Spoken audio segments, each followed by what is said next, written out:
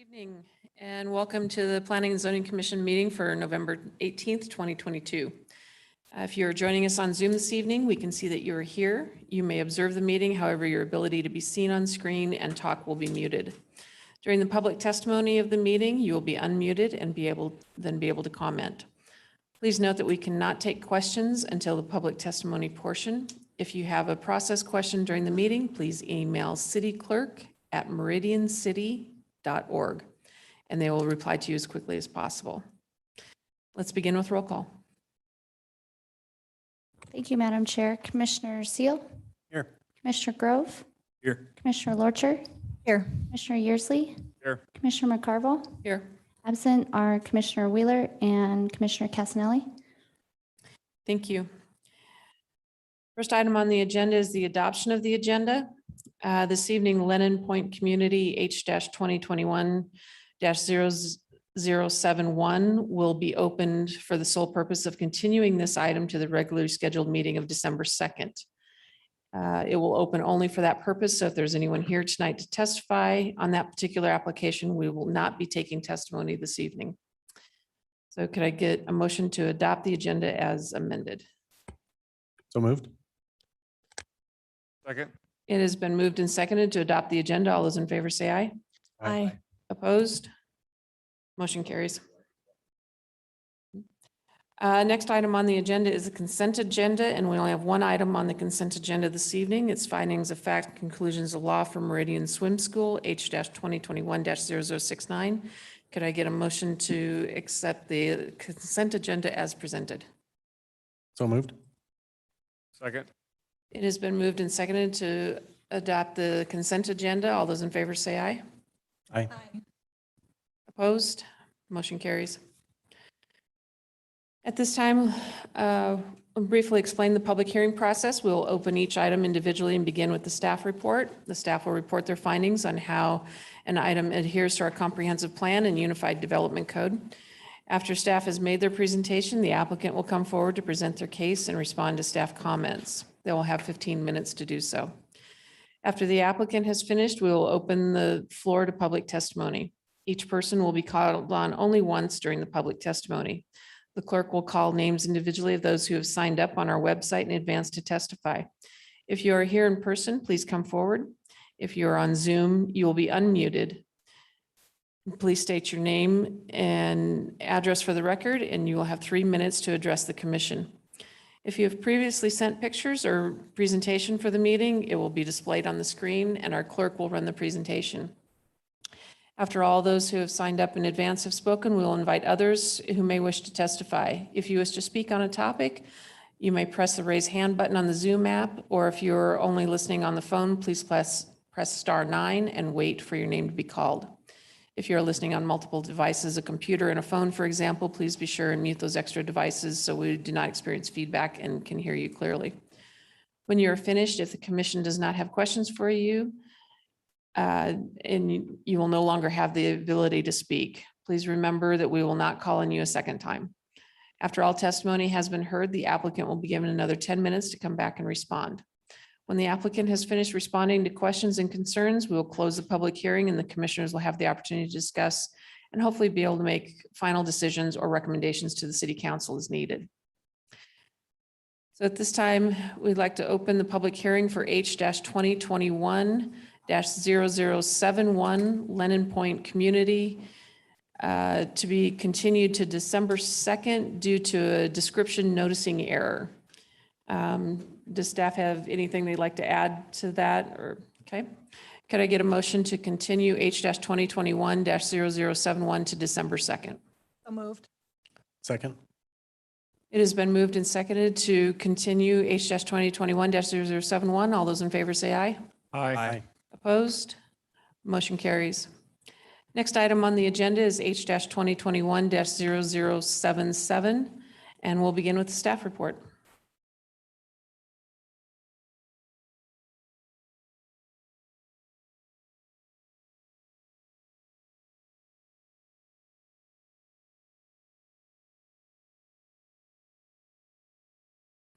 Thank you, Madam Chair, members of the commission. I'm filling in for Joe Dotson this evening. Give him a break from his long city council hearing on Tuesday night. So if you'd indulge me a little bit this evening. So the first application before you this evening is the K1 Speed Conditional Use Permit. The site consists of 9.88 acres of land currently zoned IL in the city limits, and the physical address of the property is 1075 North Hickory Avenue. Back in 2020, the city did approve a certificate of zoning compliance to develop the property with an approximately 204,000 square foot industrial warehouse building that you see here in front of you. This is the approved site plan. You can see here that the applicant is proposing to take up approximately 50,000 square feet of that existing structure located on the south end of the building. Typically with IL zoning, the required parking in that zone is 1 stall for every 2,000 square feet of gross floor area. In this particular case, based on the square footage, the applicant would have to have over 100 stalls to serve the proposed use. In this particular case, there's well over 200 plus stalls on this particular site, which is consistent and exceeds UDC standards. Staff also finds that the proposed indoor arts and entertainment use meets the specific use standards in Chapter 4 of the code as well. Again, here's the approved landscape plan. So really all the applicant is going to need after their CUP approval is come forward with what we call a tenant improvement, work with our building department and do only interior finishes. Everything regarding the exterior of the building and the site have been approved with the previous certificate of zoning compliance, which was done at an administrative level by staff. You can see here that the proposed development has 4 access points that were approved with that certificate of zoning compliance. So the one thing to note on this particular application is since the applicant is on the south end of the building, and this is more of a commercial use than an industrial use, the patrons that come to this will have adequate access to get to the site and not interfere with the additional tenant that is operating on the north side of the building. If you had a chance to look at the staff report, Joe did note that there is a cabinet maker that is operating on the north end of this building, approximately 30,000 square feet. So if you can see how this site's been developed, it's been situated so that if there is truck traffic for any additional tenant spaces, they could come enter off of Hickory Way here along the north boundary or east boundary and circle around and get to the loading docks on the back here and still not interfere with that their proposed commercial activity that's within this tenant space as well. We also noted in our staff report, the hours of operation are from 10 a.m. to 11 p.m., which is again consistent with code. I would mention to the commission that there's quite a bit of residential that is developing in the area, not only multifamily, but also single family to the west. So staff feels that this would be a beneficial residential use in the area to serve the area. On tonight's agenda, you just approved an aquatic swim center just a little bit to the east of this site. So you can see, although this area is IL zoned, the PUD that was approved in 1991 allows for all non-residential uses to occur in this area. Here is a rendering of the proposed elevations of the building. And again, if you can see my cursor here, this is where K1 Speed is proposing to go. Typically, staff would be concerned with the noise and odor with this associated use, but if you also noted in the staff report, these are electric go-karts, not your typical gas-powered equipment. So staff finds that this is compatible with the adjacent uses in the surrounding area, and we are recommending approval with the conditions in the staff report. I'll stand for any questions you may have. Thank you. Would the applicant like to come forward?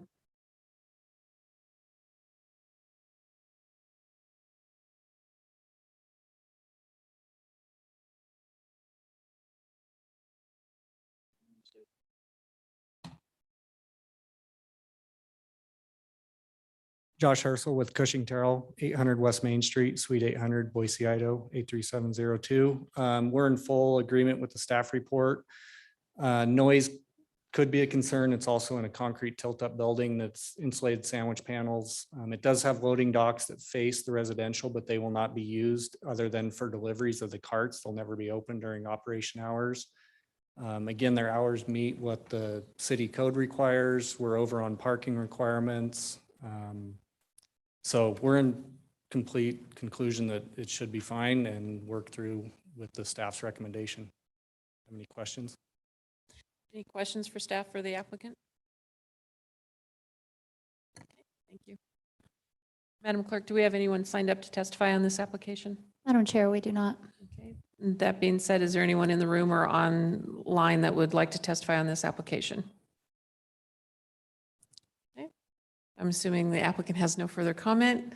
With that, could I get a motion to close the public hearing for H-2021-0077? Second. It has been moved and seconded very quietly to close the public hearing on H-2021-0077. All those in favor say aye. Aye. Opposed? Motion carries. Madam Chair, Commissioner Seal. I'll need to recuse myself from this because my employer owns the building that this will be in. Perfect. We'll chat with you in a minute then. Any opening comments? Motions? Make a motion. Okay. Seeing as we have staff and applicant in agreement and no public testimony against, I move, let's see, after considering all staff, applicant, and public testimony, I move to approve file number H-2021-0077 as presented in the staff report for the hearing date of November 18th, 2021, with no modifications. Second. It has been moved and seconded to approve H-2021-0077. All those in favor say aye. Aye. Opposed? Motion carries. Welcome back, Commissioner Seal. Next item on the agenda is continuing H-2021-0064 Black Cat Industrial Project, originally opened on the hearing date of November 4th. And we'll begin with the staff report. Greetings, Madam Chair, members of the Planning Commission, Alan Tiefenbach, Associate Planner with the City of Meridian. This is a request for an annexation of 130 acres with the IL and the R15 zone district. So the majority of the property is on the west side of Black Cat Road. This is about 129 acres. There is also a very small, not quite 1 acre piece of property that is, oops, where's my, there it is. It's right there. That is on the east side of Black Cat. Just a quick history. Staff and the applicant have met numerous times on this project, but we've expressed many concerns. These include the lack of the compliance with the 10-mile plan, both in use and design, potential traffic impacts, probability of low job generation, and whether or not the timing is actually right for a development of this magnitude when there's other properties to the east that have yet to be developed. So again, the applicant proposes to annex and rezone a little bit less than 1 acre of property to the east is R15. The applicant proposes to annex 129 acres of property to the west as IL. I want to quickly talk about the 10-mile plan. So the 10-mile plan, the purpose of this was to ensure that land use and transportation planning were integrated. It states that the city knows that these are one of the last remaining large contiguous areas of highly visible land, meaning the property that I'm referring to. The 10-mile plan talks about how this area is intended to look, feel, and function differently than a typical commercial area or a residential subdivision. And it goes on to talk about that, unlike a lot of commercial and employment districts, the intent here is that the 10-mile plan wouldn't empty out at 5 p.m. It would be sort of a live-work situation with a lot of employment. This is the land use map for the 10-mile plan. And so the property is what you see in the dotted yellow line. This over here is the 1 acre property that's being proposed to be rezoned to annexed and zoned to R15. That is surrounded by property that's all recommended as medium density residential. On the west side of Black Cat Road, about 1/3 of this, maybe a little bit more, is recommended as low density employment. The rest that you see here in gray, this is all recommended for mixed use employment. So low density employment, according to the plan, talks about that the purpose of this is to provide low-rise office and specialized employment uses, a variety of flexible sites for professional offices and similar businesses, and it's also should be designed to provide convenient circulation. One of the things about that circulation is that it's recommended to be designed with elements of traditional neighborhood design. So that's slower streets, traffic calming, wide sidewalks, more walkable buildings that front towards the street. And buildings in low density employment areas are supposed to range in height between 1 and 3 stories, typically smaller square footage. And land use types talk about corporate and business offices, research facilities, and laboratories. If you look at the bottom here, these are some pictures out of the 10-mile plan that sort of give examples of what low density employment could look like. The other land use recommendation, again, which is the majority of it, is mixed employment. And this is to encourage a diversity of compatible land uses, which includes a mixture of office, research, and specialized employment areas. It also says that what could be appropriate there is light industrial, including manufacturing and assembly. I'll talk about that shortly. It should provide for a variety of flexible sites for small local startup businesses, as well as large national or regional enterprises. It's intended to accommodate a wide variety of employers and serve as a primary gateway. And and as an example, all of the professional office uses, along with the restaurant and retail uses, ancillary uses that you see at the 10 Mile and I-84 as an example of mixed use employment. And that's the type of uses that are proposed in this area as well. So the applicant's proposal, this is the concept plan. It's for 7 buildings ranging in size between 6,800 and 33,000 square feet. So that's what you see directly adjacent to Black Cat. This includes, according to the applicant, flex incubator buildings, which could be divided into spaces. And also it includes a future fire station, which is what you see here. This also includes 9 large buildings. These range in sizes from 131,000 square foot to almost 330,000 square foot, with the entire project being somewhat more than 2 million square feet. This concept plan that you're looking at, it shows multiple loading bays. I don't know if you can see it here, but there's loading bays here. They're pretty much inside of all of the buildings. The concept plan that you see here shows a wide collector street, which I'll talk about, and this is designed to accommodate large truck traffic. And the applicant requests to rezone this entire area to IL, which would be light industrial. Again, this is still part of the proposal. Is the narrative states that the Black Cat Business Center would provide in-demand manufacturing, heavier office build-out, flex industrial, ancillary retail, warehousing, and distribution. It mentions that the mixed-use employment designation does allow light industrial as one of the appropriate uses. The narrative notes that the city of Meridian has less than a 1% vacancy rate for industrial business uses, and the Treasure Valley as a whole lags behind its peer markets.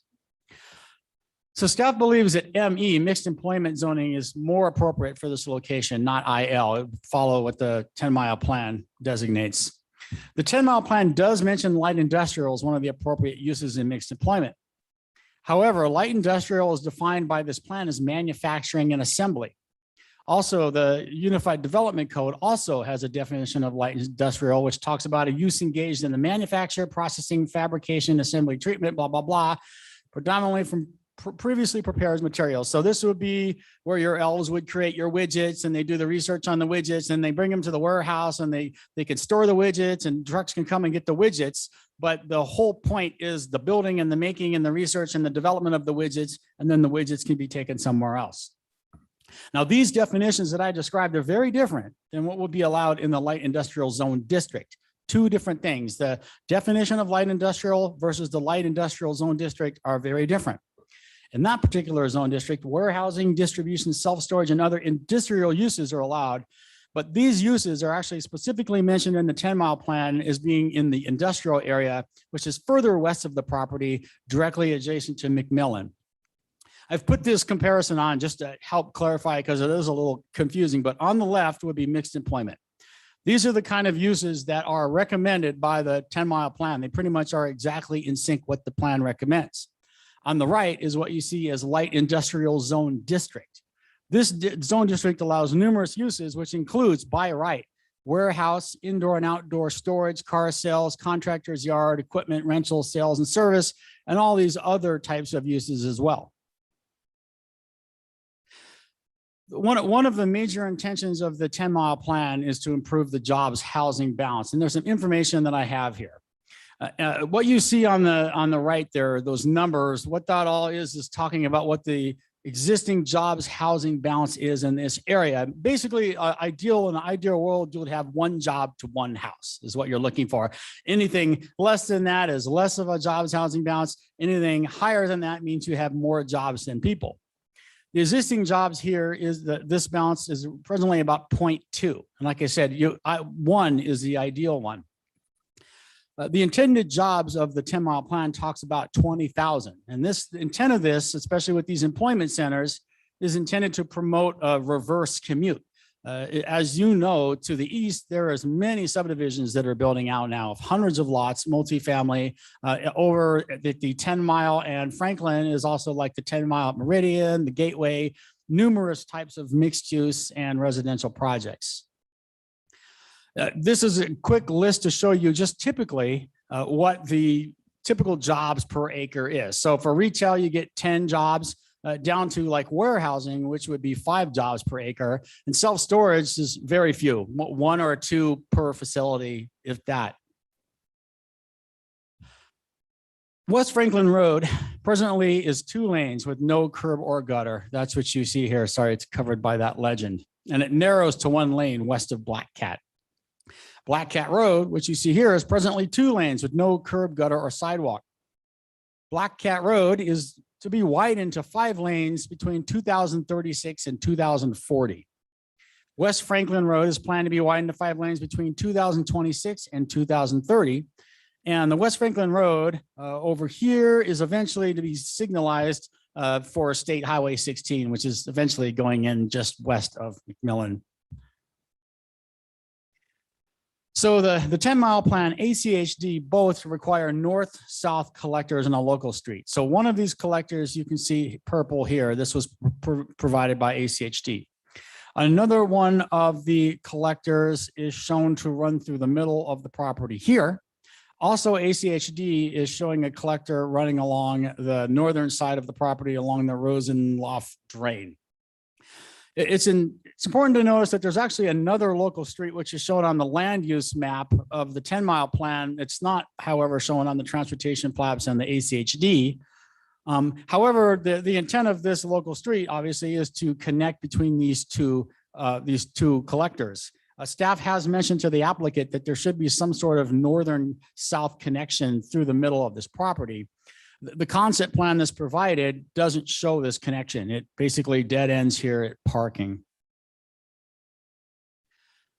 So although the immediate area is mostly undeveloped, meaning directly to the east and then to the north and to the west is all still unincorporated Ada County, there is a significant amount of development that's already been built out or is entitled for that, like I talked about. 330 single-family lots and 240 apartments in the Brea subdivision, which is to the east.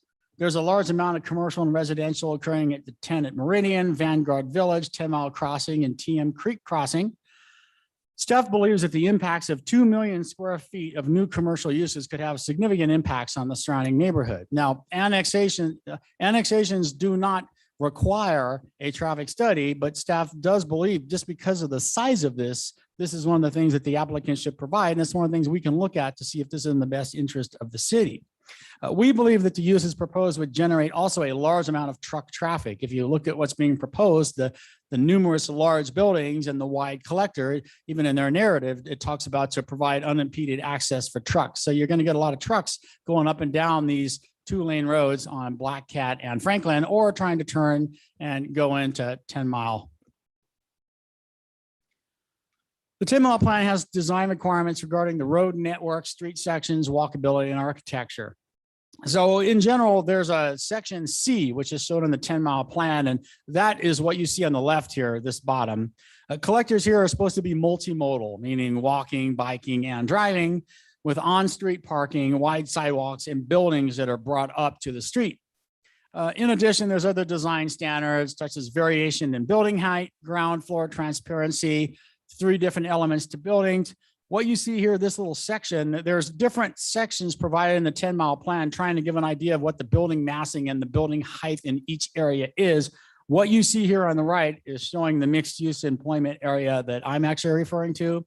And then there's numerous pictures of the types of businesses that would be reflective of that. So the concept plan that you see here reflects the east-west collector bisecting the property and being 60 feet wide. So again, the collectors are supposed to be 33, and that's to slow traffic and to make it more walkable. But what you have here is a 60-foot wide collector that's being designed basically for travel and for easy truck access. There's no on-street parking. There are detached parkways, but all of the landscaping is outside of this right of way. And you can see much of the parking is along the collector. And then the buildings here, what you see here, they maintain large setbacks. The large buildings don't contain the kind of ground floor transparency that's talked about in this plan to make it interesting and pedestrian oriented. They don't address the public realm, and they're all 1 story in height, even though they're sort of designed to kind of look like 2 stories. And the 10-mile plan, again, is recommending that there's differing building heights, not just all 1 story. Now, the applicant's narrative states that due to security and visibility, the industrial uses of these buildings do not support windows across the entire frontage, and certainly we understand that. As an alternative, they propose enhanced glazing at the corner elements. So staff believes that there could be design revisions that could improve the final product, especially some of the buildings that you see along Black Cat, the smaller ones. We think those could probably be reconfigured, reoriented, and some additional things done to make those closer to what the 10-mile plan recommends. However, it's important to note that given the use that's being proposed, especially with the western part, the majority of it, we don't think that the applicant could design in the type of design that's being recommended by the plan, not as an employment center. I think sort of the point that I'm making here is the Planning Commission should decide whether warehousing, distribution, and storage is appropriate in this location, because that's what IL would allow. If they don't believe that those kinds of uses are appropriate in this location, then staff would still recommend that ME would be the appropriate zone district. And again, some of those warehousing uses are allowed as part of ME. They just can't be a standalone use. They have to be part of a larger operation. The applicant proposes to annex and zone an area to IL, whereas ME zoning would be more consistent with the plan. The applicant also proposes to annex about a 1 acre lot with the R15 zone district just to achieve the contiguity to be eligible for annexation. There's a potential for significant loss of employment generating activity, monotonous architecture, and building mass and street design, which is not consistent with what the 10-mile plan shows. In addition, the traffic impacts of nearly 2 million square feet of new commercial on the local network have not been analyzed, and staff wonders really if this is about time, if this is time, as much of the development to the east has not yet been developed, the roads aren't ready, and much of the infrastructure isn't in place.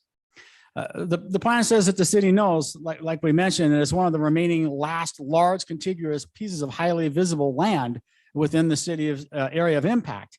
With that, staff finds the annexation is not in the best interest of the city. Staff recommends denial. And with that, I will conclude my presentation. Thank you.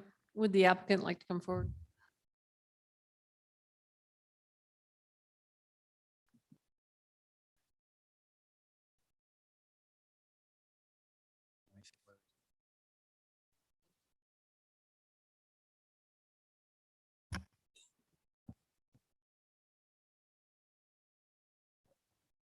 I think we're fighting over the mouse. Hold on a sec, Deb.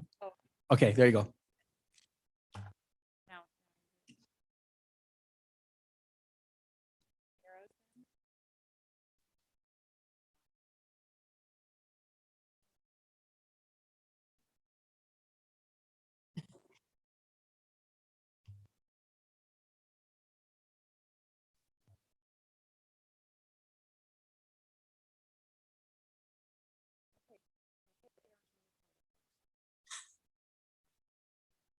Madam Chair, members of the commission, my name is Deborah Nelson. My address is 601 West Bannock Street. I'm here on behalf of the applicant.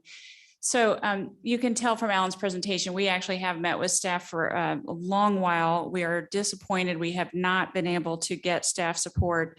But at this point, we feel we've done as much as we can do to work through these concerns. and we need to move forward with this application. I mean, fundamentally, and I think Alan said this as well, this is a decision about what use can go here. And staff's vision for this area is an office park. They asked us to look at El Dorado and Silverstone instead of this industrial flex park.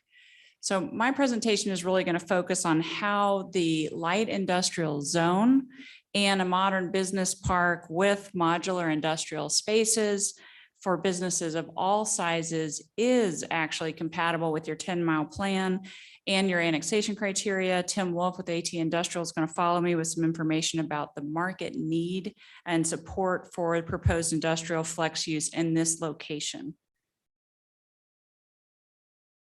A little project evolution. On the left is our initial concept. Following the pre-app, we made some significant changes. We rotated the buildings to shield the views of the loading docks from the freeway and the collector. We enhanced the entrance and added the central amenity area. At significant expense, we purchased and incorporated 2 outlier parcels along Black Cat to address staff's concerns that they may be isolated as rural residential in the county. We continued through discussions to evolve the site. We changed the majority of the buildings to single loaded and pulled them up to the street to minimize parking at the frontage. We divided the Black Cat frontage buildings into smaller flex incubator spaces, added walking paths throughout, improved the collector street east-west to match the plan. And we added this fire station site, which we're in discussions with fire about. Here you can see the flex incubator spaces on Black Cat that will serve those small local and startup businesses with adaptable office-like space. And here's the outdoor amenity space, providing that attractive entry and also serving that as that gathering hub for employees. So a couple of key points about what the plan provides. Alan mentioned that the majority of our site is mixed employment under your comprehensive plan, where you have the majority of one designation and mixed designations. It calls that it's appropriate to use the majority designation, which we've done here with mixed employment. In the zoning compatibility matrix within the 10-mile plan, it specifically identifies light industrial as an allowed zone. All of the uses that we propose are allowed within that light industrial zone. The 10-mile plan also calls for uses within the mixed employment area to provide a variety of flexible sites for small, local, or startup businesses, as well as sites for large national or regional enterprises. We do this in a couple of ways. We've got the variety of building sizes that go all the way down from 17,000 feet for the flex buildings up to what we've shown here is approximately 350,000 feet. That is well within the range in your plan that for mixed employment areas that calls for buildings that range from 10,000 square feet to 1 million square feet.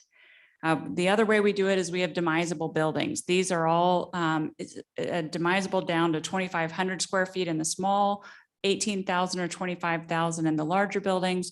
This allows tenants to come in a variety of sizes of businesses, and then when they grow, they can grow into larger space. 10-mile plan also talks about how one of its goals is to provide for industrial opportunities in consideration of the future improvements to Highway 16. Well, at that time, that was long in the future, and now it is immediately upon us. The land has now been acquired. This is a priority for the governor, and this is expected to be built out in the next 2 to 3 years. The east-west collector through our site will provide us a direct connection over to McDermott and 16 as the property to our west develops. There's a lot of details. We don't have enough time to respond to everything that Alan just raised. I'll just try to highlight a few things. He talks about how we didn't meet the street section. In fact, we do. He said that we didn't meet it for one reason because it calls for on-site parking, but in fact, street section C doesn't call for on-street parking. We do have bike lanes. We should have delineated them better. The one addition we have is a turn lane in the center of this, but every other aspect is the same. Parkway, hardscape, sidewalks detached. Again, a lot of details about design, just to highlight a few. Alan talked about the building heights. In his staff report, he says you've got to be 2 to 4 stories. In fact, for mixed employment, it's 1 to 4. We have 1 to 2 stories, but our building heights range up to the 4-story height in their appearance. We also meet the setbacks. I think the picture illustrates this well. This was also in Alan's presentation. The picture on the left is straight out of the 10-mile plan. This is our buildings. This is from our larger building on set. This is our architectural features are the same, I would say more attractive. And you've got the same delineation, the same glazing shown.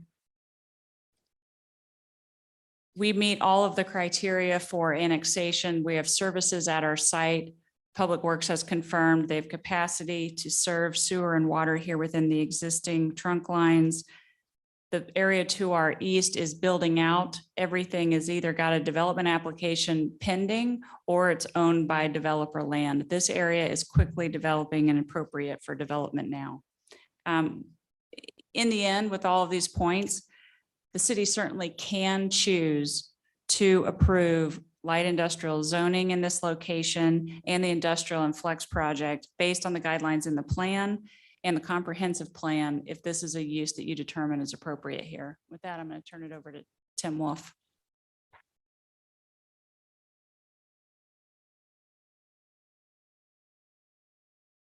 Hi, Tim Wolf, 675 Sun Valley Road, Ketchum, Idaho, 83340. What I wanted to do is just, we've heard repeatedly from staff that office is a more appropriate use for this location. And what I want to do is just take a minute to talk about what the context was when the specific plan was adopted in 2007, what the context is today, how that has changed, and how the two uses have changed pretty dramatically over that. So what's happened is that behavior has fundamentally changed the way both office and industrial use are used in America. Office space per employee has been cut in half since the 10-mile plan was adopted. So it means that for every square foot of office, you have twice as many employees in it. Good. E-commerce growth has more than tripled over the intervening period of time, and it's had a pretty significant impact on the need for local industrial infrastructure. I'm gonna lay out a whole bunch of things here. You'll get the slides. I'm not gonna go through a bunch of detail, but in the detail, we've kind of laid out 2007 and 19 what happened. Obviously, we had an event, pandemic. Going forward, what does that mean? What does it mean for office? What does it mean for industrial? How should you as a city going forward to address the ongoing? So there's a lot of supply chain things that have happened. Again, you'll be able to read this. There's a couple of interesting points down at the bottom here that I'm going to pop up. In 2007, when the plan was adopted, e-commerce was 4% of total retail sales. 2013, it was 5.8. 20 was 14. It's very close to 20%. So it's quadrupled online sales. And that change is pulled through On the flip side of that, what's happened is that office square footage per employee in 2007 was 396 square feet. 2020 was 196 square feet. Now it's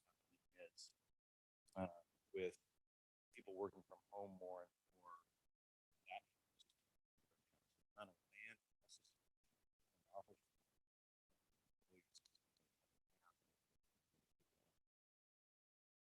So what does that mean for office land in Meridian? More office land is not needed.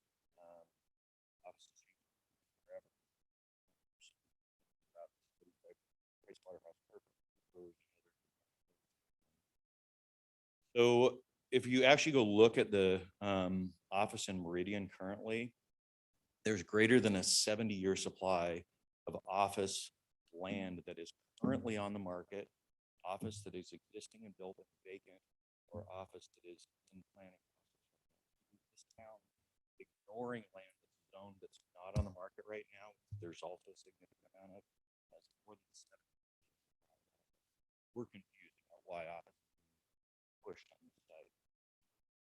So what we did is looked at what's the average absorption of the last 5 years of office in this town, and it's about 200,000 square feet. That includes pre-pandemic when the office space available for lease is about 2 years of supply. Office projects and planning and process, 3.2 years of supply. Office land listed as available for sale just in the city of Meridian, 7-year supply of office.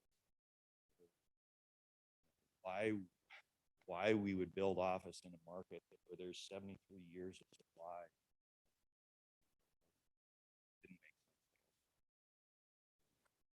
So how does Meridian sit relative to its peers? And we shared this with staff. So Meridian right now has 14% office vacancy in Boise. Relative to Boise, but 0.09% industrial vacancy, 0 industrial availability. That means that people are leaving existing businesses right now. We talk to business today that doesn't have room to grow, doesn't have a place to go. And talk to 2 businesses this week that are industrial.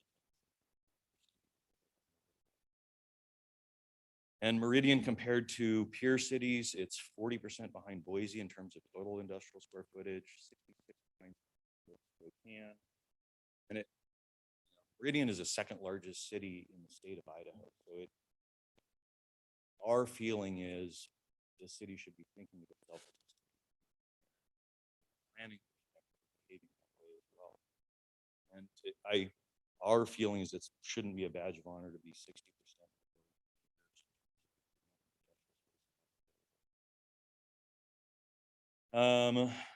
So there's almost no current inventory of land available for industrial. There's no vacancy. There's no room to grow.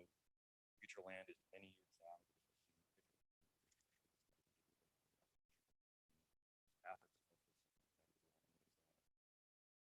As I mentioned, we've been talking to existing businesses. I spoke with 8 this week. They're all growing. They all want to stay here. They all have nowhere to grow. Are leaving this week. In addition, we have other tenants. Jobs, high density jobs relative to. So I think, and I just wanted to leave with a couple of questions for everybody to think about, which is, are we planning for diversity? Providing for the need space for the 2nd largest city in Idaho. We intelligently responding to the e-commerce is driving, the supply chain issues are driving. Are we really thinking about the declining need for office? It has declined pre-COVID, and nobody knows what this means post-COVID, other than the fact that more and more people. Do we want to force businesses and employees that are successful out of this community? That's happening.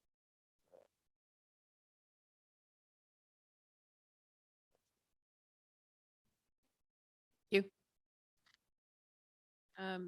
Any questions for the applicant or staff? Madam Chair, Commissioner Seal? question for the applicant. Out of the, all the folks that you talked to, did any of them submit any kind of written testimony to the fact that they are leaving the community?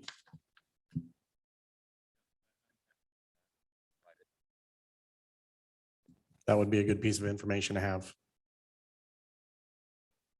Madam Chair, Mr. Grove?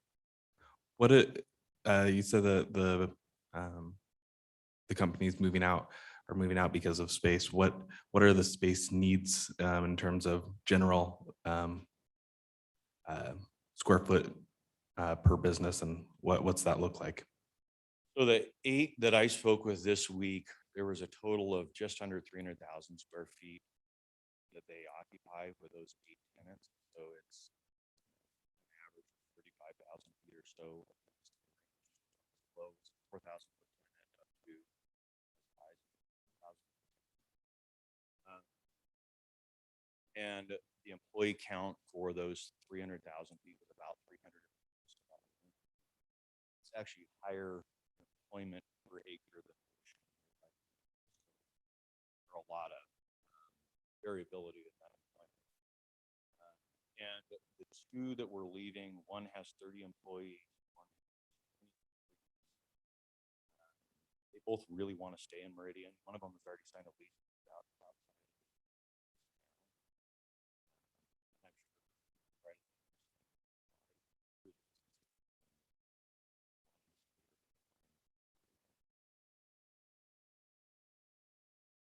Madam Chair, Commissioner Lorcher. knowing that the infrastructure for this particular area, Black Cat and Franklin, are not even available yet, with Black Cat not even being widened until 2036 to 2040, why now to change it to light industrial?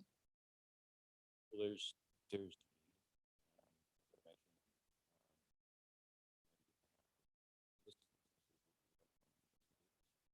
actually the intersection at Black Cat and Franklin is a fully developed intersection, so it's built to handle the 5 intersection itself. It is well along the way.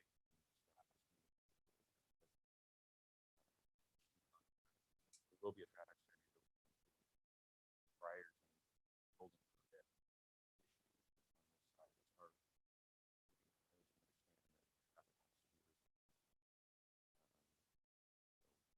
And part of our intent is to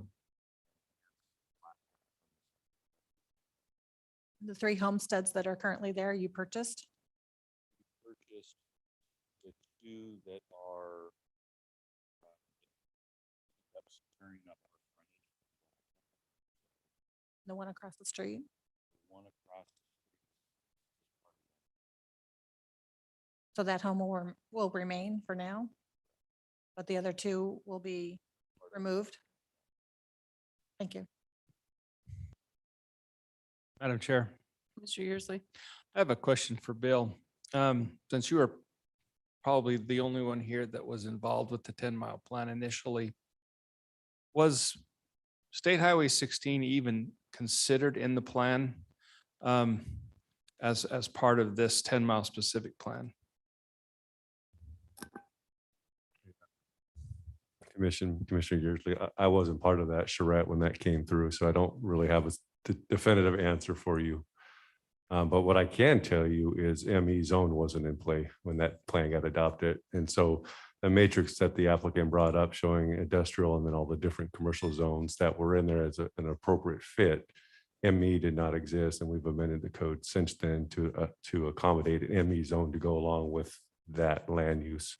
And that's why staff was pushing or felt that ME was the more appropriate zone for this particular property. But we can certainly look through the plan a little bit and dig into that and see if we can circle back on that discussion for you.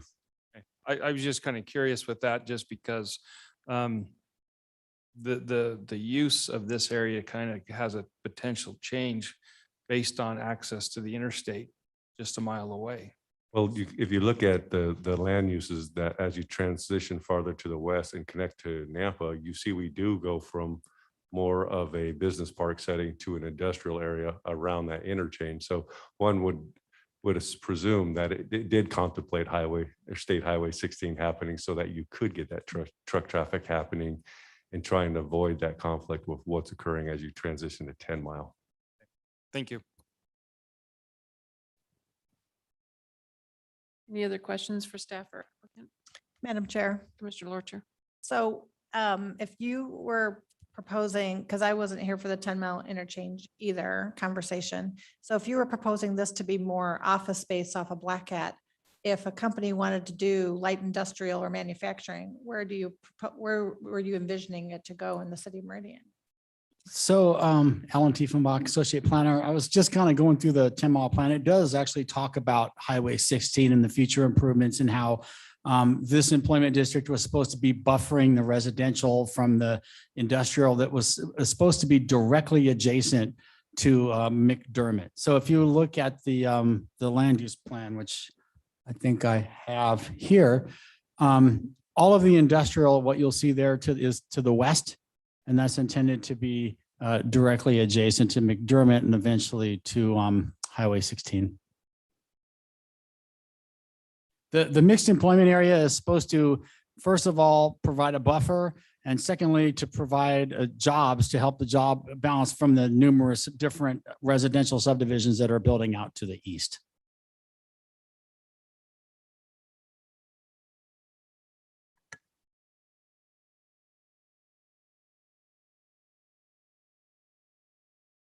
Any other questions for staff or applicant?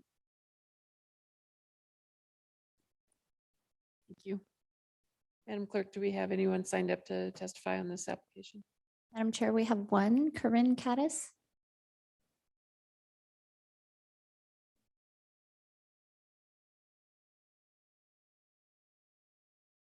Madam Yes, Chair. sir. Did you want to come forward?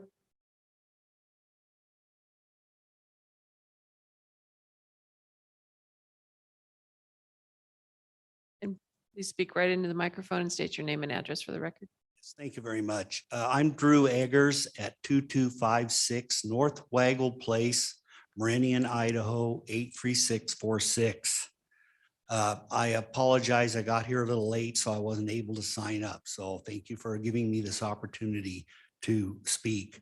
I'm a fourth generation Idaho farmer, and I grew up on that property, and the past 25 years farmed it for my mother and the family, and saw over the years the changes that have come around that property. Well, it started back in the early 60s when the freeway went through that property.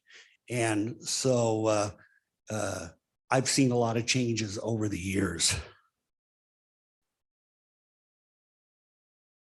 We accept the comprehensive plan that has been overlaid on this property by the area, the city of Meridian, or the powers to be. And with the growth happening in this area, it's bound to fulfill or come to fruition, I believe. Light industrial. This property every year is becoming harder and harder to farm. It was farmed last year. I farmed it prior to that for 25 years.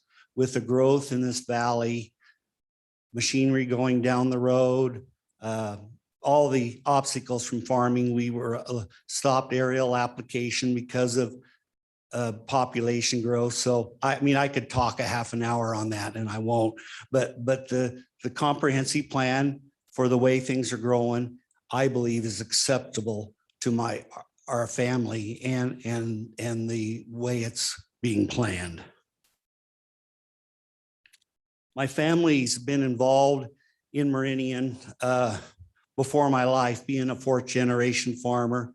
My grandparents came to Black Cat Road in 1921. It wasn't Black Cat Road then. It was changed to Black Cat Road in the 30s when my grandfather named his farm the Black Cat Farm for selling registered Holstein cattle. And then in the 50s, everybody called it Black Cat Road because of the sign. And so they put Black Cat Road up, the county did, instead of Post Road. So that shows the history we have out there. I can remember in the 50s, Black Cat Road being gravel. We've also been involved in the community over the years, myself going to the Meridian schools, all community functions, being involved in the church in this area is part of what my family has done for multiple generations. So at this point, you see, we do have a willing buyer to come and do what the comprehensive plan wants. And so this is why I'm here today to ask for approval of this project. If there's any questions, I'd be happy to answer them. Any questions for the testimony? Thank you. Thank you very much. Madam Clerk, anybody else that was signed up? Madam Chair, no one else was signed in to testify. Okay, then let's move on to the raised hands. Sir, in the brown jacket.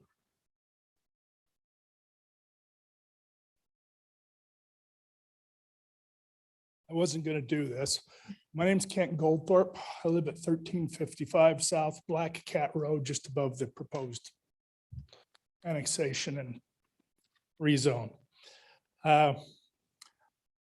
Number one, I'm fully supportive of anything that you decide to do. But I'd like to give you a little bit of the rest of the story.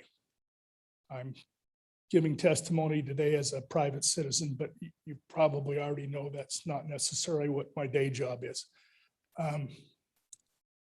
We've talked about a little bit about Highway 16. The Ada County Highway District has absolutely no plans to connect to Highway 16. We don't have any money for it. When the legislature, in their great wisdom, passed the extension and funded it, they left a $34 million unfunded mandate for those of us living in Ada County to fund, to get the loose ends tied up. Right now, one of our biggest, the biggest sense of urgency we have about Highway 16 is to try and convince the legislature to do the right thing and fund the rest of it so that you don't have to, and I don't have to, because it would just be taking money away from every other entity in this county that we are already 10 to 15 years behind on our infrastructure improvements in Ada County. And you've probably heard that many times. Black Cat Road, you know, when our plans are as far as when it might be extended or expanded or improved. That'll all be based on whether or not we have the funds. And right now we are deferring, we are delaying, and we are erasing a lot of projects in our comprehensive plan because of the funding that we no longer have. The inflation that has hit the construction industry, and in particular building roads, it's almost doubled the cost of building roads in the last 4 years. And that's a lot higher inflation than you see in the general economy. I'm only saying this because you might as well know that whether you rezone this to mixed employment, which I think would be just absolutely spectacular, or light industrial, which according to the 10-mile plan and your staff report isn't necessary. We'll support whatever you do. We just might not be able to afford any of the improvements. Thank you very much. If you have any questions.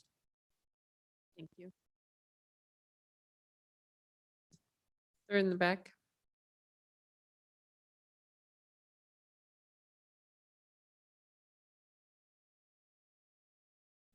Madam Chair and members, Mark Bottles, real estate broker, 839 Bridgeway Place, Eagle, Idaho. Almost forgot my address. Good evening. I've been a broker in the community a long time and have worked with a lot of our tenants in the valley and local tenants and companies that have built up and grown. The one thing that I hear all the time from our development people at the city for expansion is calling me saying, hey, we got to save industrial ground. We need more industrial ground. And I hear it all the time. We have a knife guy that they manufacture custom knives in Eagle, in Meridian by Pine 43, looking for space, look for years.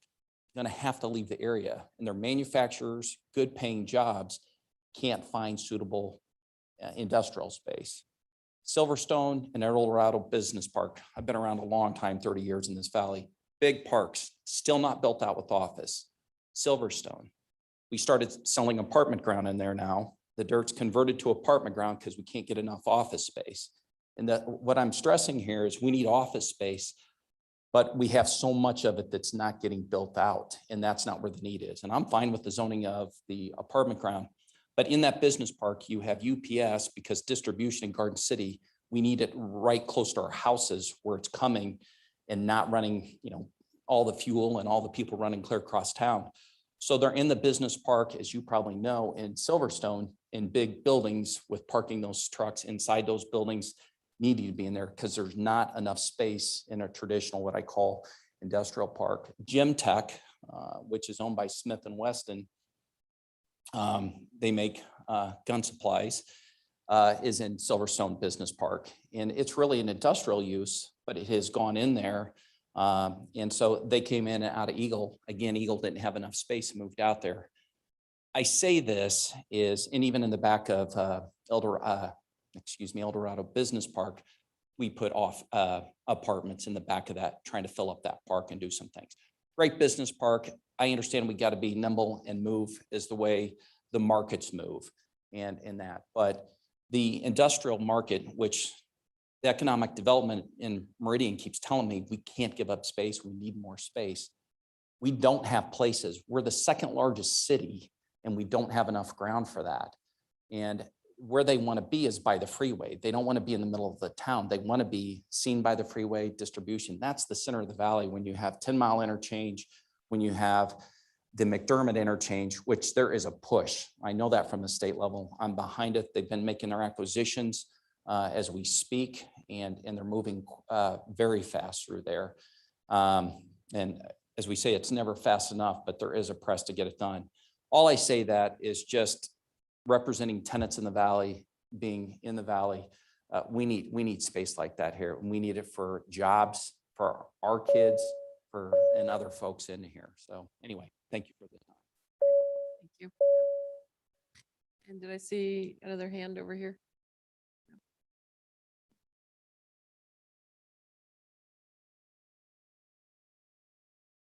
Thank you, Madam Chair, Commissioners. Tori Cleary, Economic Development Administrator. From an economic development perspective, I would say that staff does prefer zoning that's consistent with the 10-mile plan, which ensures that balance of the jobs to housing ratio, which was provided for in the comp plan. The comp plan was a several-month-long process that included significant community engagement. Apparently, they felt that mixed employment and low density employment was appropriate for this area. And they look at the city as a whole to ensure that we do have that jobs to housing ratio that's appropriate. The Compass Development Review that's in your packet estimates 620 jobs for this 129 excuse me, acres. Again, that's 0.2 is the ratio, and the Compass desired ratio is 1 to 1.5. Along with Mr. Bottles, I will be the first to admit that yes, we really do need industrial. We've worked with 3 different companies in the past few months to find spaces to accommodate their expansion here in Meridian.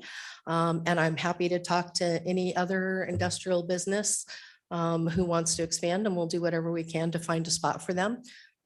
We do have a lot of infill sites that might be appropriate. And as Alan said, the mixed employment zoning does allow for light industrial uses that are ancillary to other operations, much like I guess you could say the Sensi property. Regarding specifically the 10-mile area plan, I think the vision of that was a mixed use area that would provide jobs and living spaces.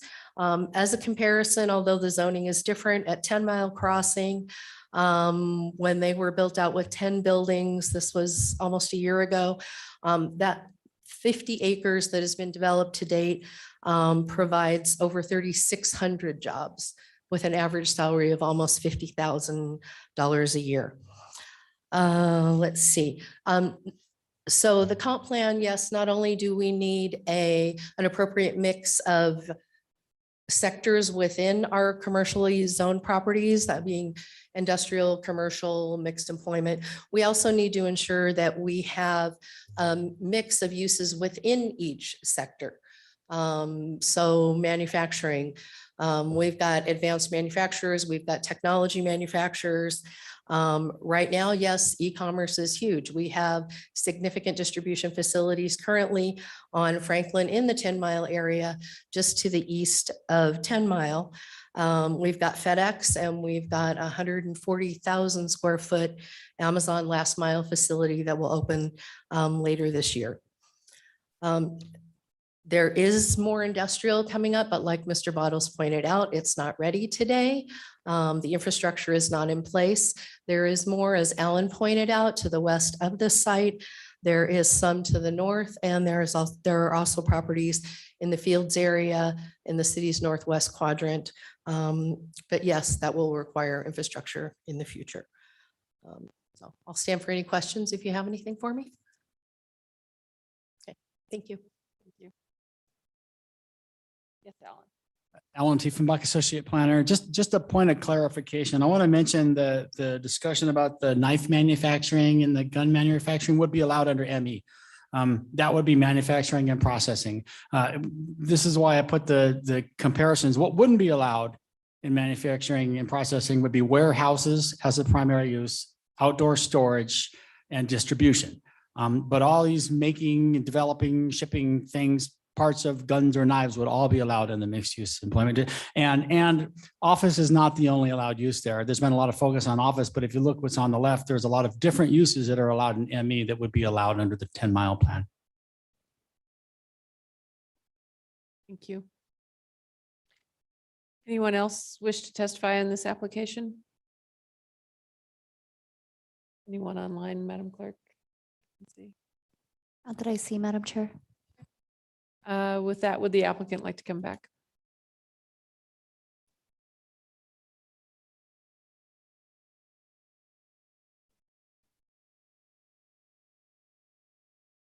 Thank you, members of the commission. Deborah Nelson again. A few points in response to Mr. Goldthorpe. Just to be clear, in ACHD's report, they do note that Franklin is funded to be widened to 5 lanes in 2026, and that will connect directly to the planned improvements for Highway 16. And as was noted, Black Cat and Franklin are already built out to its full configuration to accommodate that widening. The Fields industrial area, I guess just to touch on a few comments from Tori Cleary, the Fields industrial area is a long way off, not just from time, but also from millions of dollars in infrastructure that is going to be needed. It is a great plan for the future, and it's great to see Meridian planning for the future, but not at the expense of avoiding the use of the land that you do have available for industrial now. And you're going to need that as well as the Fields area really to accommodate this demand that is already higher than your supplies available. She also talked about how, the vision of the 10-mile plan was really to accommodate this living with jobs all in one area. And that's true. There are areas within the 10-mile plan that is called for together. But in the mixed employment area, that's not the case. In fact, even retail is discouraged within that area. It's really another opportunity for creating space for businesses so those employees can live near the commercial and the residential that's just across the street. So it creates that integration within the larger area, but it's not intended to be all integrated within one site. I think that the information we tried to communicate to you tonight, and sorry if it's kind of rushed, there's a lot to respond to, was that within the plan, there is flexibility. And you guys know well that comprehensive plans are guidelines, not code. There's always within any designation, multiple zones that can be appropriate. Certainly office, certainly ME is an appropriate zone, as well as the light industrial that is specifically delineated within your plan as one of the appropriate zones.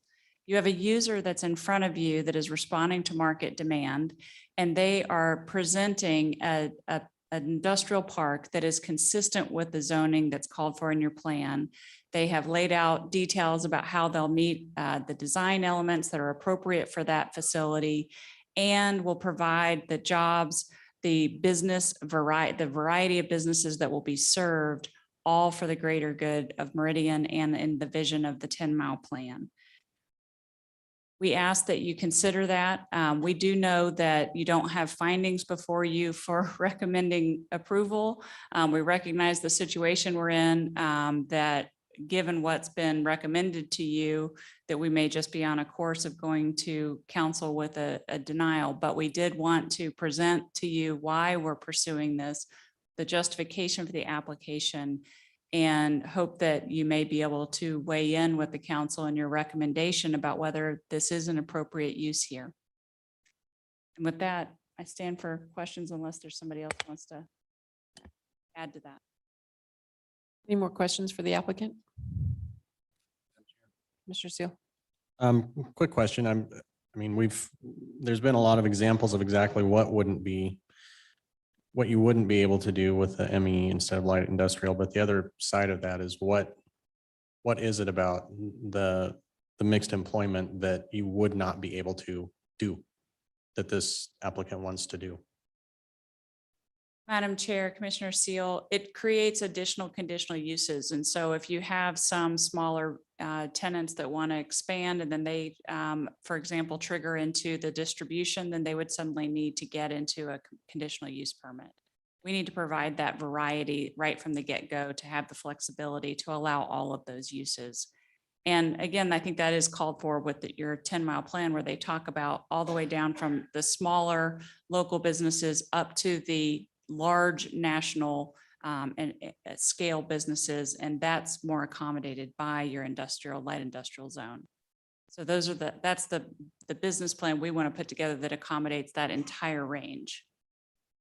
Okay, and then when you had made the statement that you've proven that you will be able to provide the jobs, but the Compass report basically says you won't. I mean, the footprint of this is going to supply about 620 jobs. I think they're looking for more like 3,000.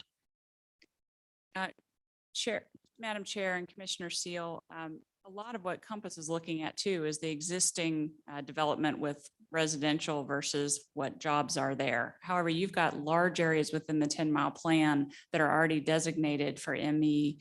And if you want to go into this detail, we have actually analyzed, but didn't have time to get to it. All of the jobs that are available already, even not counting this site within the 10-mile plan, will greatly exceed the 20,000 jobs within that. That's the goal of the plan. We also will have more jobs than Compass estimates. And I think just the examples that were given tonight by Tim, talking about the businesses that he's been visiting with in Meridian, that have these employees that don't have places to go, is already at a greater ratio than that number reflects. I think we'd also like to be able to attract the type of large employers that are coming and looking for this type of site, but don't have it ready, and they need something that's already available to them. They make decisions too fast to wait for it to be developed, something like the Fields area. Thank you. Yep. Madam Chair, Commissioner Yearsley.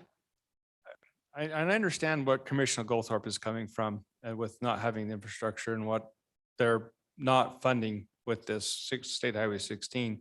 But was there supposed to be an interchange at Franklin with the State Highway 16? Do you know if that's the case or what was planned at that? Because I know that there were some intersections that were supposed to be interchanges and some were supposed to be just overpasses. And I wanted to confirm that that is an interchange and is planned to be constructed with the State Highway 16. Madam Chair, Commissioner Yearsley, that's the case. Okay. It's the McDermott line that comes down there, and where Franklin comes in, it will connect. Okay. Thank you.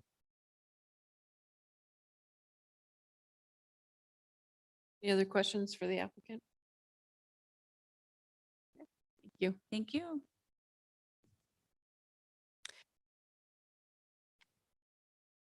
Could I get a motion to close the public hearing on H-2021-0064?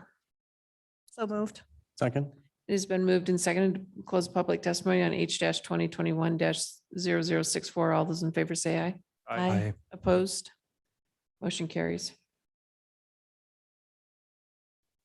Madam Chair. Mr. Yearsley. You know, my first look at this, I was kind of like, wow, that's a lot of space. But as you start to think about this, I mean, State Highway 16 is coming like fast, and it's going to come hard and fast. And this is a great area to provide some good large industrial space for businesses.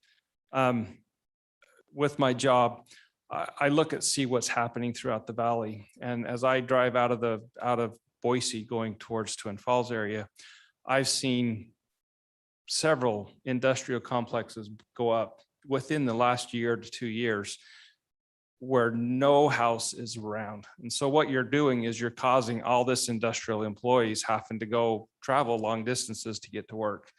I think with State Highway 16 here, I would support that whole mile from Franklin to Black Cat to be all industrial, or at least a good portion of it, because I think there is a huge area of Meridian that we don't have industrial land identified, that I think we could stand to use some large employers to come in. So that being said, I kind of was swayed that I think this would be a good opportunity for some industrial space. I like the way they've oriented the buildings. I look at what Amazon did, and with that building paralleling the interstate, it's just this huge eyesore sticking out. So I don't know about an eyesore, but it's just the mass of that's just monstrous. And so I think with making it perpendicular to the interstate will break it up and make it not look nearly as bad. So I would support this application.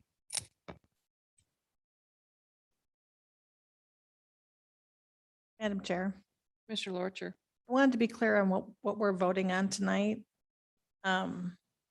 We're voting on annexation and an IL, or just an annexation? Yes, they're bringing, the annexation is coming in with the IL, and that R15 is just that one little under an acre on the east side. Black Cat.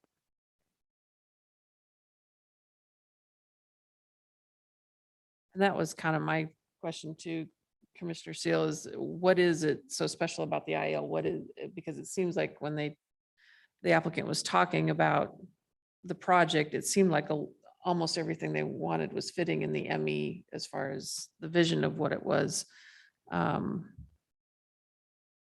like, what was the big hang up?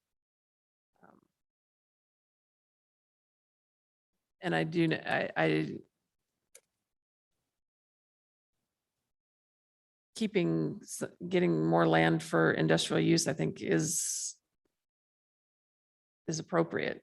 We seem to be losing it in a lot of places. I know we're trying to protect it every chance we get, but I don't know that there's enough of it the way markets have changed since this was originated. Madam Chair, Commissioner Seal. I'm a little torn on this one, to be honest. So when I first looked at this, because this was continued, I just breezed over it and I was like, okay, cool. We're going to put in something that's not houses. Perfect. But I mean, looking at it more, as far as the 10-mile plan, I mean, if we go too far outside of that, then that just sets the precedent for everybody else to kind of come along and try and do the same thing. So I trust that staff is looking at that and they're scrutinizing it as well they should be, because we're trying to do it once, do it right, and make sure it fits for, all of Meridian for a really long time. Hopefully for a long time after we're done doing this as individuals. Some of the things that concern me on this is there is no traffic study. So it seems like this got here a little prematurely. I know the connectivity to the State Highway 16 will start in 2026. This will obviously be completed long before then. So with no traffic study and the connectivity to the State Highway 16 not coming for a while and somewhat in question on some things, I think it's a little rushed, maybe too early. The mixed employment instead of light industrial, to me, that kind of comes down to control. I understand that you want tenants to be able to expand on a whim. But at the same time, I don't think applying for a conditional use permit is something that's going to sway anybody from doing so in a building that's going to allow them to do it. So I think if I were a business owner and there was one of my choices were to move or to apply for a conditional use permit, I would be filing the paperwork. I am concerned about the jobs piece of it. I mean, Meridian simply needs more jobs, period, end of story. So the fact that this would bring jobs is a really good thing. The fact that it is an industrial and we do need industrial, also very advantageous. The fact that it's not going to bring in as many jobs as we think it's going to bring in, or that's the opinion of staff and others, that's very concerning. I mean, Meridian is, we're kind of suffering from being too successful, basically. So we have a lot of houses that are very expensive. We have a lot of businesses that are aching for people to go to work for them. So that's a problem. We need to create as many jobs as we possibly can in Meridian in order to keep the people that live in Meridian, working in Meridian, which will feed into itself.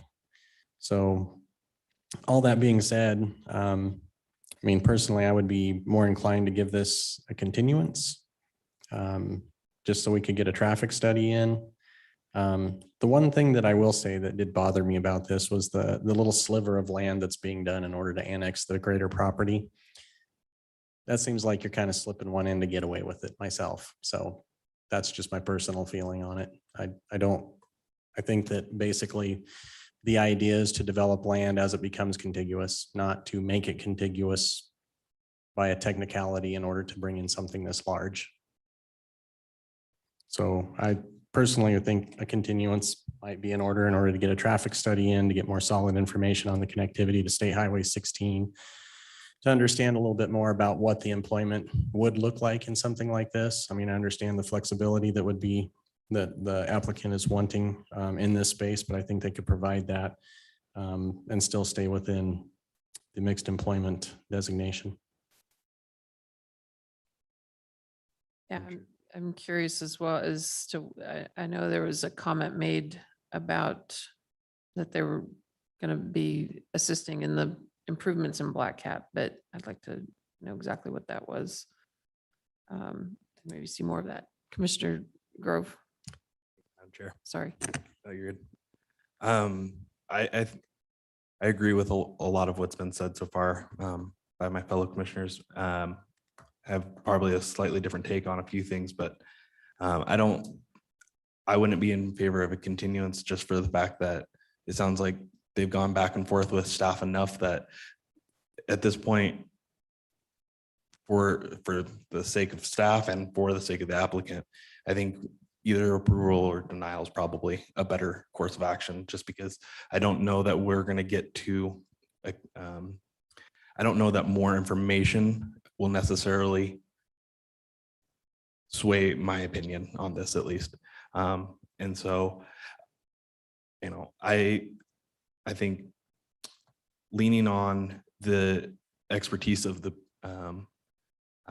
staff of our other community agencies, I would be in favor of denial for the simple fact that I think that as we zoom out of this area and look at what the light industrial for this hard corner, or this close to this hard corner is compared to what mixed employment is, I think we need to be thinking a little bit more for the long-term health of the community versus the short-term needs of what's being told to us right now from a planning standpoint. And so I have a hard time. I think we do need a lot more industrial, but I also don't want to sacrifice an opportunity to get higher employment and kind of look at this a little bit different.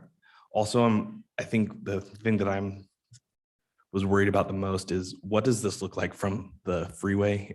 Just in terms of if we have light industrial and all of a sudden we have just warehouse storage facilities, what does that do to the look and character of that general area?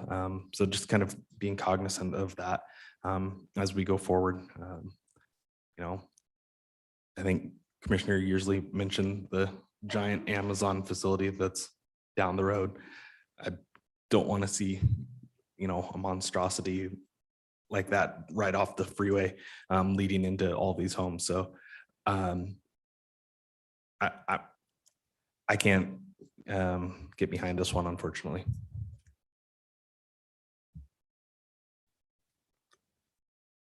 Madam Chair. Mr. Yearsley. I forgot to mention, so our company is having to move offices. You know, we're a professional office, but and so we've looked, we're needing about 15,000 square feet of office space. And that size of office space is really hard to find, except there's a lot of office space right there off of Eagle Road. And we've debated on it, beautiful office space, but my employers have decided to go off of Vista because they are afraid of, they don't like the traffic on Eagle Road, especially with Eagle Road not even being built out yet. So I think one of the big drawbacks for Silverstone and Bly, those areas are people, they're great areas, but people don't want to go there because traffic is so bad that they don't want to have to fight that traffic. And it's just going to get worse. I know 10 Mile right now is really bad because we're putting so much traffic out there. They want a lot of jobs in this area, which is going to cause more traffic. So I don't know. It's a hard one to manage with jobs and traffic. And where do you put things? So my feel was this being a light industrial may not have the intense use of jobs, but it is a good spot for that. So that was my take. Madam Chair, Commissioner Lorcher. I agree with Commissioner Yearsley that, Highway 16 and eventually this would become possibly, whether it says mixed employment or light industrial. But I think the biggest complaint that I hear among my peers is that the infrastructure in Meridian does not support the businesses that we already have. And that why can't we put the infrastructure first in the business section? And I know it's a circle, right? You need the people to be able to have it and all of that at the same time. But I don't have a problem with the idea of light industrial being here, but I think we're too soon. And, I understand that the intersection of Franklin and Black Cat is already built out, but Black Cat as a street is not. And if you've ever gone to Compass Elementary School between the hours of, 8 and 9 and 3 and 4, you'll understand why. And adding more industrial to this area when the infrastructure is not there is probably not in the best interest of our city. So I don't mind the project, but I think we're too soon.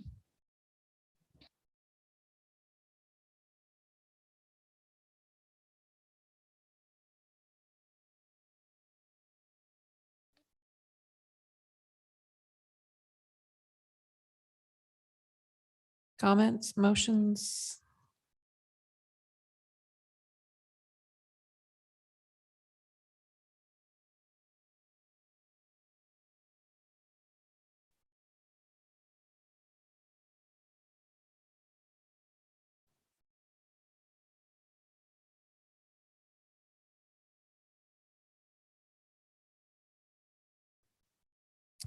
Madam Chair, Commissioner Seal.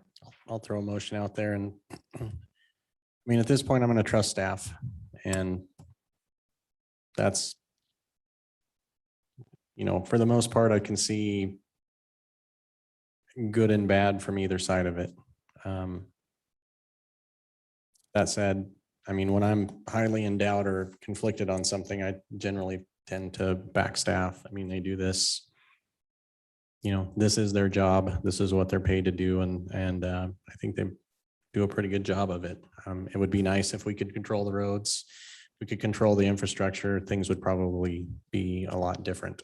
But we don't.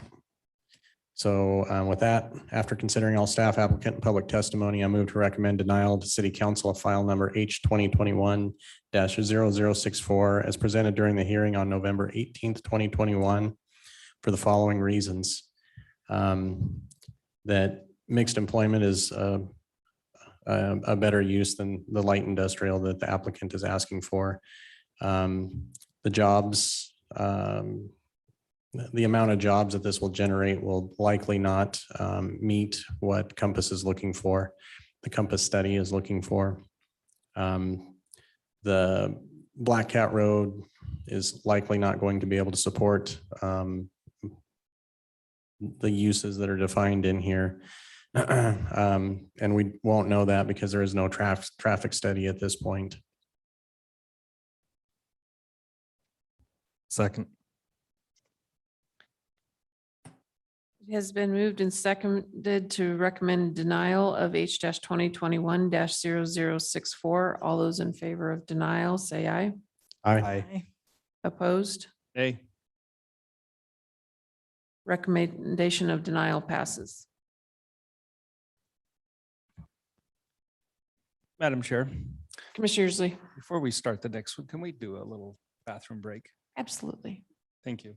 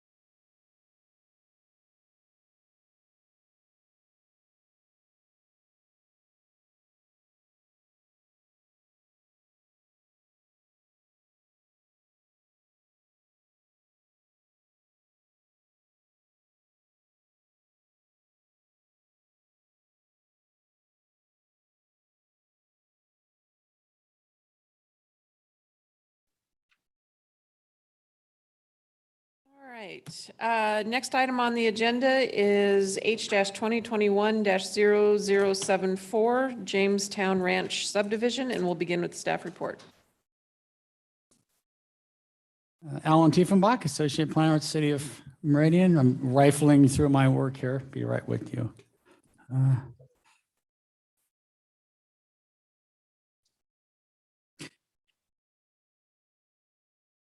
Okay, this is a proposal to annex approximately 80 acres with the R8 zoning district. And this would include a preliminary plat for 294 building lots. So the property, again, is 80 acres. It's zoned RUT presently in the county. It's located at the southeast corner of North Black Cat and West McMillan. So the comprehensive plan recommends medium density residential for this property, which is 8 to 12 dwelling units per acre. This would again allow 294 building lots, which would be just a tweak more than 3 dwelling units per acre. So on the low side of this. There are presently 2 single-family residences on the property. Both of those are going to go. The proposed project density, like I said, has about 3.5 dwelling units per acre, which would meet the requirements. Minimum lot size, the smallest ones would be 4,900 square feet. These are comparable sizes to the adjacent subdivisions. This development proposes 5 points of access. So there would be one on McMillan here. There would be one here off of Black Cat. There's 2 stubs here to the south, and then there's 1 stub there to the east. Primary access would be a collector off of West McMillan, which is what you can see here. It's got this strange little S curve here. This is about midway, and like I said, there's an S curve here, which I'll talk about just in a second. The other 3 accesses would be local streets. So this would be a local, all of these would be local streets. This would be the collector running through the property. One thing to note, and this has really been the only issue, if you want to call it, that we've worked through with this one, would be North Grand Lakes Way, and that again is this main collector. The ACHD master street map actually shows this collector aligning with Joy Street, which is here. It's actually over here. The applicant proposes to shift this whole access about 900 feet to the west, so it doesn't actually align with Joy Street.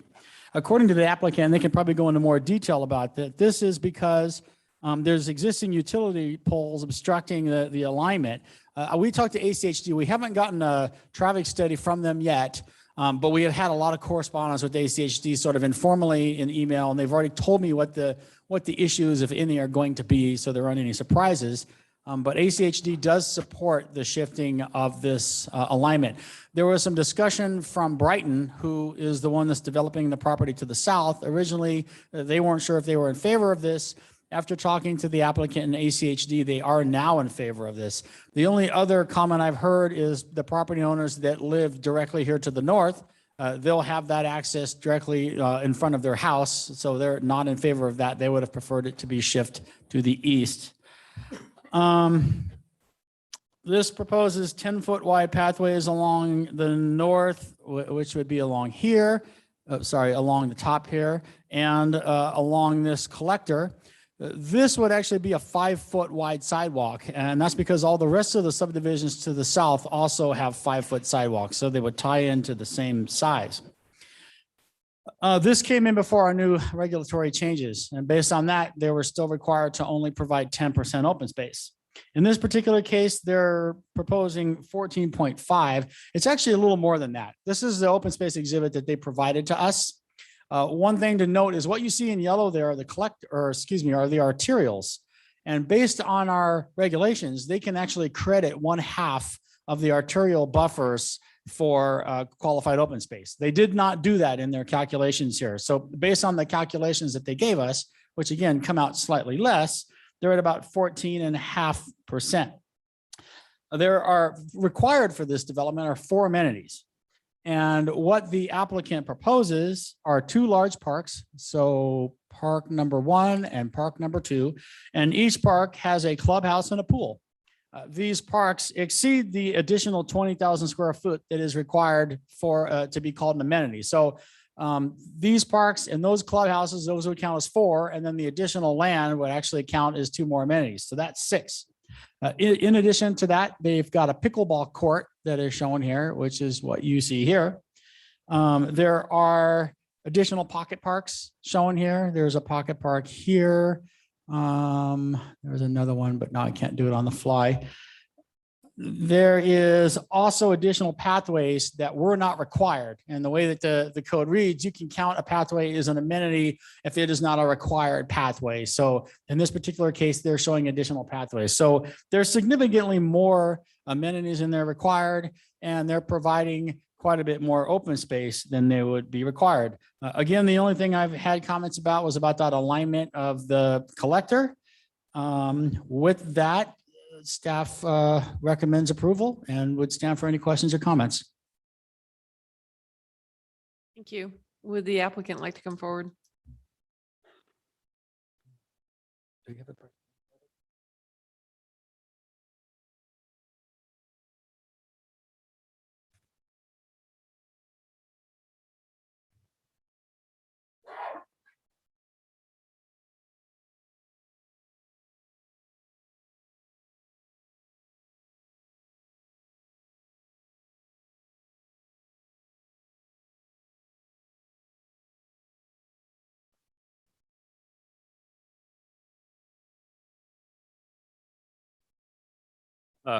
Good evening, Madam Chair, Commissioners. My name is Josh Chance with KM Engineering, 5725 North Discovery Way, Boise, and here on behalf of the Walsh Group.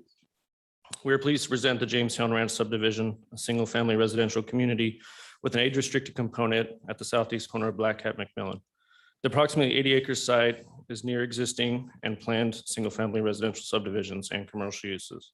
Consistent with the City of Meridian's comprehensive plan, Jamestown Ranch proposes single-family residential housing styles, including traditional detached and alley-loaded homes and an age-restricted component.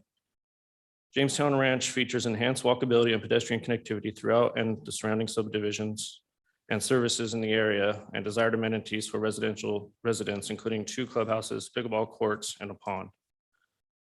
Applications for this project include annexation and rezoning or zoning to the R8 zoning district with a preliminary plat.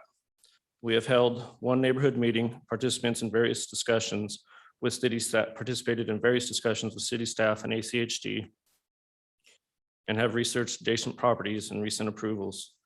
Approximately 5 neighbors attended the neighborhood meeting and discussions centered on the number and the density of homes, proposed amenities and open space, proposed access points to McMillan and Black Cat, and other subdivisions being constructed in the area, and the rate of growth in the area in general.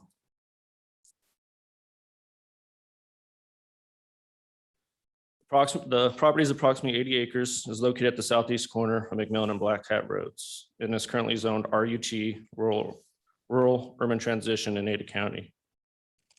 Jamestown Ranch is compatible with existing and planned land uses surrounding the property. The property is bounded by to the north by McMillan Road and Arturo Roadway and Daphne Square subdivision zone R15, and single-family homes in the county zone RUT to the west by Black Cat Road and Arturo Roadway and Oak Creek subdivision zone R8, and to the east by Volterra Heights subdivision, AKA also known as Bridgewater or Bright Bridge Tower, zone R8, and to the south by the Quartet subdivision zone R8. Jamestown Ranch will connect with several stub streets provided by adjacent subdivisions to the east and south, and will complete vehicular and pedestrian connectivity planned in the area.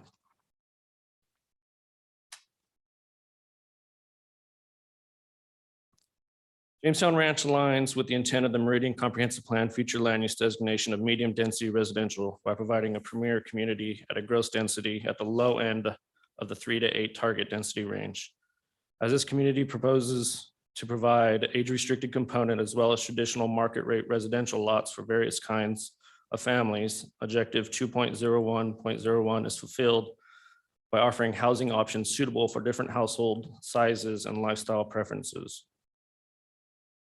Goal 2.02.00 is supported through the community with the provision of various open space areas and amenities that will support varied lifestyle choices.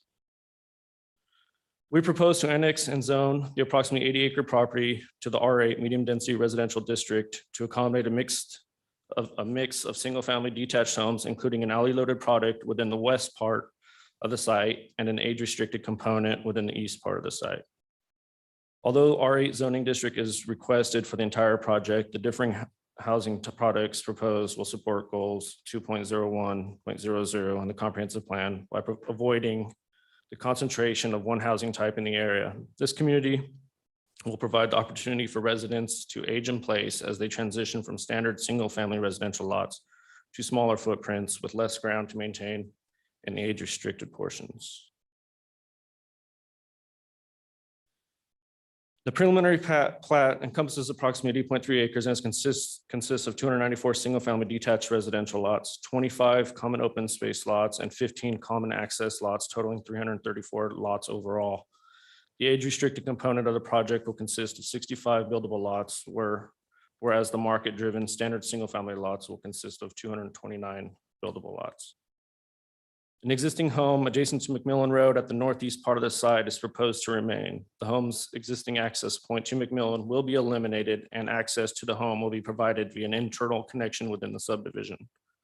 The property has been included within the preliminary plat and will connect to city services along with the Jamestown Ranch subdivision upon annexation.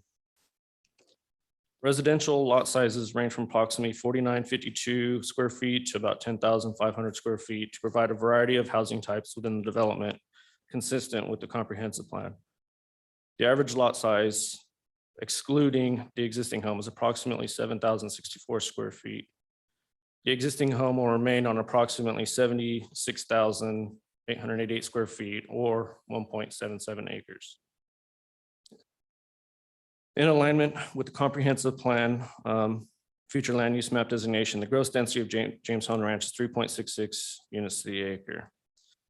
The Creason lateral is located along the northwest frontage of the property adjacent to McMillan and bisects the site, traveling to the southeast and through the Cortlet subdivision.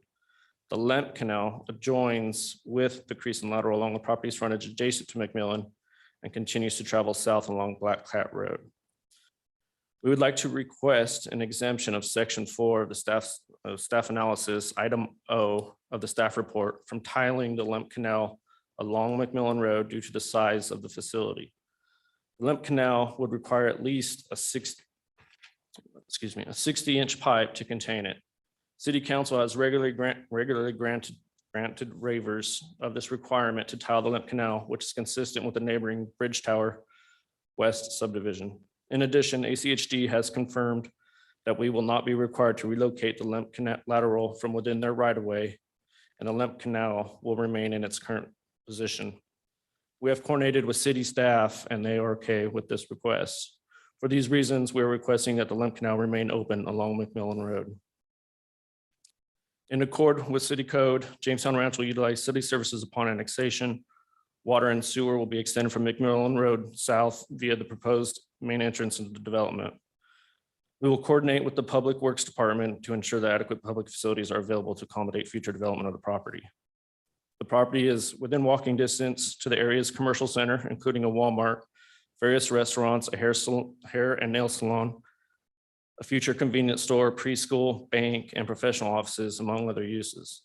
The future Owyhee High School is located a little over 1.5 miles to the west, and Ponderosa Elementary School is about 1 mile to the south.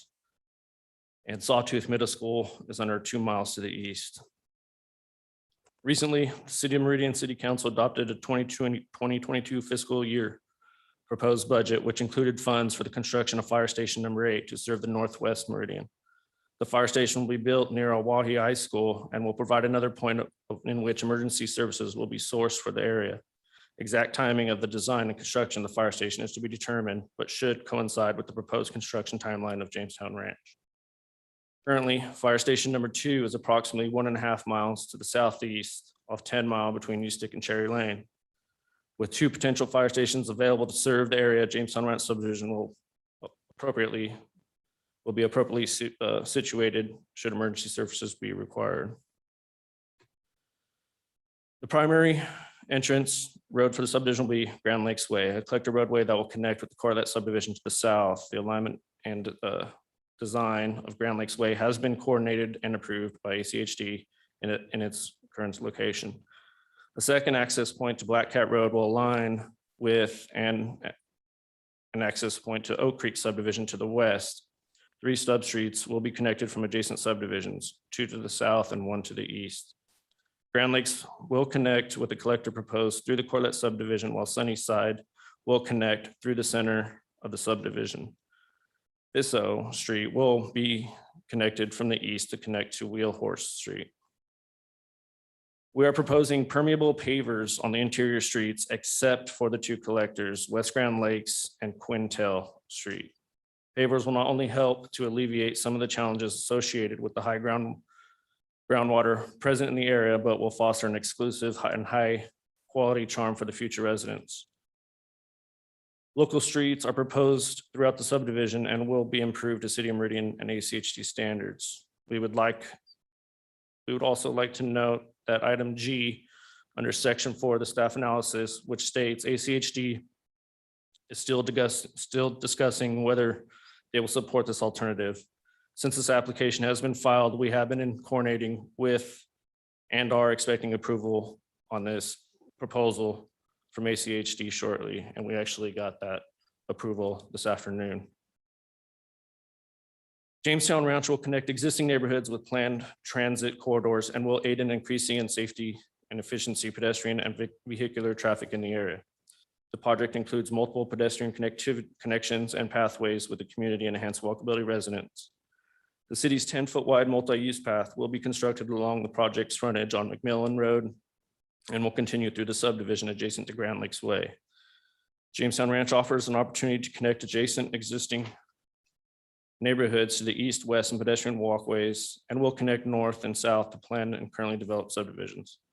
Pedestrian connections will enhance walkability in the entire area and will contribute toward fulfilling Meridian Comprehensive Plan Objective 2.02.01 by enhancing the quality of the connectivity of residential planning in the area by linking subdivisions together and promoting neighborhood connectivity. A traffic study or a traffic impact study has been submitted to Ada County Highway District and is currently under their review. Jamestown Ranch will be constructed in 2 phases as depicted on this exhibit here.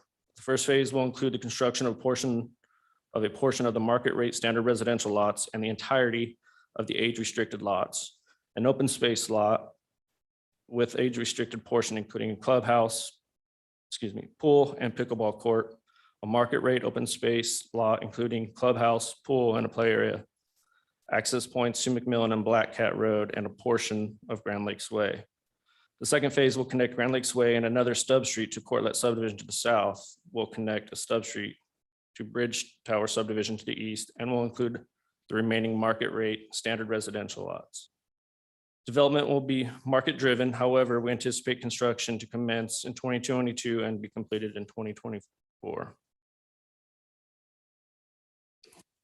As mentioned, Jamestown Ranch will include age-restricted housing style and community in the northeast part of the site and market rate standard residential lots for the remainder of the community. The age-restricted portion of the community has been designed to cater a smaller house footprint with communal open space and a loop road to facilitate walkability and pedestrian scale. This part of the community includes 10 alley-loaded homes that will front on green space, and we have opted to develop an age-restricted portion of the community without a gate to integrate this area with the Jamestown Ranch community to ensure easy access for residents and visitors. The market rate standard residential lots vary in size and style throughout the remainder of the development. The majority of the standard residential lots are located on the west or south side of Grand Lakes Way, which creates a natural buffer between the age-restricted community and the standard lots without any physical barriers.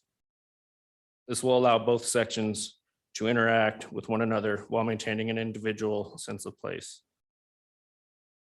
Lots within Jamestown Ranch have been designed to complement the transition well to abutting homes in adjacent neighborhoods to ensure a cohesive community overall.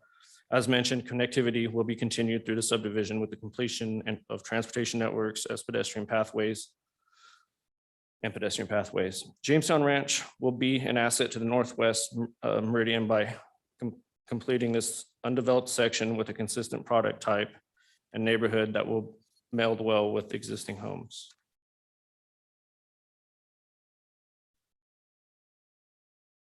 Overall, Jamestown Ranch contains 11.63 acres or 14.5% of qualified open space as shown here. Each of the proposed areas within the development are detailed in our open space exhibit and demonstrate compliance with the city code. 2 central parks have been included as focal points, gathering places for residents within the age-restricted parts of the community and the standard residential lots. Both open space lots will include pools, clubhouse, seating areas, and the age-restricted open space will include pickleball courts. Pedestrian walkways are included within the central open space and throughout the development to allow for interconnectivity and easy access to amenities. Several pocket parks are included throughout the development in different phases to provide a variety of places for residents to recreate or gather. All common space will be owned and maintained by the homeowners association. These next few slides here are just typical elevations for your single family residential, traditional type homes. Here's a couple of the contemporary style, some farmhouse. The market rate standard residence lots within Jamestown Ranch will incorporate a variety of building materials and architectural styles. Homes will be complementary to the age-restricted homes proposed in the northeast portion of the site. And those will be shown here. The Walsh Group has, the Walsh Group will be I'm almost there. The Walsh Group will be designing and building homes in age-restricted portion of Jamestown Ranch. The Walsh Group's flagship 55+ active adult subdivision, the Village Bungalows, is located in Meridian with 74 single-family homes on 12 acres. Luxury homes are mostly single-level craftsman-style homes with front porches, extra wide hallways, 9 to 10-foot ceilings, roll-in showers, fireplaces, and a butler's pantry. The community features a clubhouse with a full kitchen, fitness center, and a yoga room, a central park and walkway paths. The Walsh Group designed this neighborhood with community connections in mind and had a focus on maintenance-free lifestyle with all yard, snow removal, sprinkler maintenance covered by the HOA. So in conclusion, we believe that the proposed zoning and preliminary plat, annexation, preliminary plat, and zoning as conditioned, with the exceptions previously mentioned, items G and O under section 4 of the staff analysis, will complement surrounding uses, fulfill the intent of the comprehensive plan, and provide a unique combination of housing opportunities in Northwest Meridian. We'd appreciate the time Alan and staff members have spent with us to help understand the steps needed to accomplish this project. Thank you for your time. I'll stand for any questions. We also have members from the Walsh Group here that may help answer any that I'm not able to. Thank you. Do we have any questions for the staff or applicant? Madam Chair. Seriously. So I may have missed it and I apologize if I did. How many homes are in the age restricted area? You know, off the top of your head? Not off the top of my head. 65, okay. So will the non-restricted people homes be allowed to play in the pickleball and the pool area of the age-restricted homes? That I'm not sure, but like I said, I have the Walsh Group here that can probably help out with that question. Okay, I would be interested to find that out. Yeah.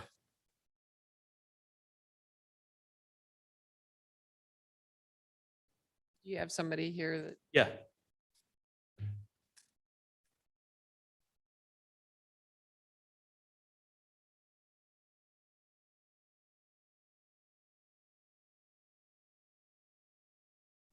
Madam Chair, members of the commission, my name is Ron Walsh. I live at 1485 North Eagle Creek Way, Eagle, Idaho. My son Nick and I comprise the Walsh Group. We will have a clubhouse and possibly a pool in the non-age restricted area, but our clubhouse, pool, and pickleball court will be limited just to the age restricted residents. Thank you. As long as I'm up here, if you don't mind, I'll give you a little pitch.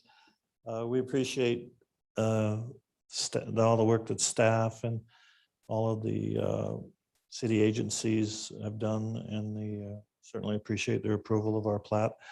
Well, this is our second age-restricted project, and we will, my son and I will do that, build those and market those. And wanted to tell you that through working through our village bungalows on Ustick Road near Eagle, we learned a lot of lessons with the help of Bill and staff and the city building department. And we made a lot of changes in this plat to accommodate those things we learned. Side yard setbacks are wider, lot widths are wider, lot depths are deeper, street widths are wider. We limited our alley load lots down, and we built in the pickleball court. One thing Josh mentioned that I just wanted to clear up was the open ditch where Josh asked for a waiver, but we, at the time that staff report was done, since then we've got word from ACHD that the ditches do not need to be moved. And then we got a memo from staff, city staff, that they were in support of us not being required to tile those, because no one's tiled them all the way along here. We'd be the very first. And then the other one is the staff had recommended after the report that we participate in micro paths throughout the plat, and we have no problem with that. It was a great idea. We kind of had it implemented into our plat, but not to the degree staff would like to see. And the final thing is that roadway arterial with the S curve. That was a kind of a concept that we wanted to stick with, because coming out of Quartet is a much larger subdivision than ours, but coming out of there and going straight through us up to McMillan, we felt like it would just be a racetrack and probably not be healthy for our residents in there. So I just wanted to thank you guys and appreciate staff support. Any questions? Any other questions for staff or the applicant? Madam Chair, Mr. Steele? just the groundwater issues were one of the things that were mentioned in there. It looks like there's a pretty large collection area in the middle. Is that something that's going to be full year round? Or my concern here is if there's groundwater issues, that's going to be stagnant water, and we're going to have. Yeah, that's actually there will be some overflow in that, but that's predominantly to fill up for our pressurized irrigation, the pond. And all the groundwater is stored under the pavers in the streets. So it's just similar to Bridge Tower to our east.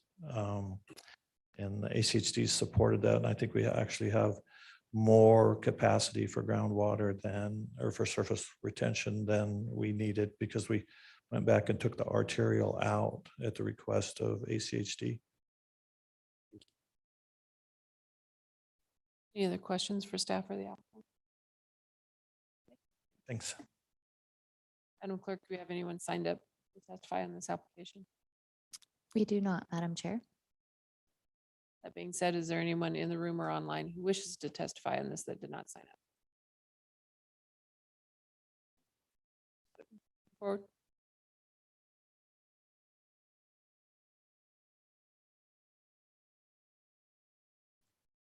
Yes, my name is Rochelle Watts, and the address is 4376 West McMillan Road.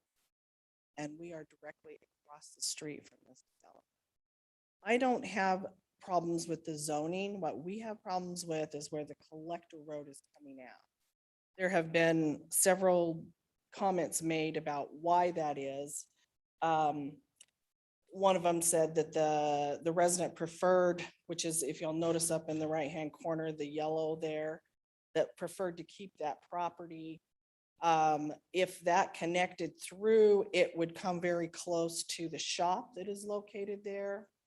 But it would connect. Another thing that was said was that they were conferring and asked the Ada County Highway District to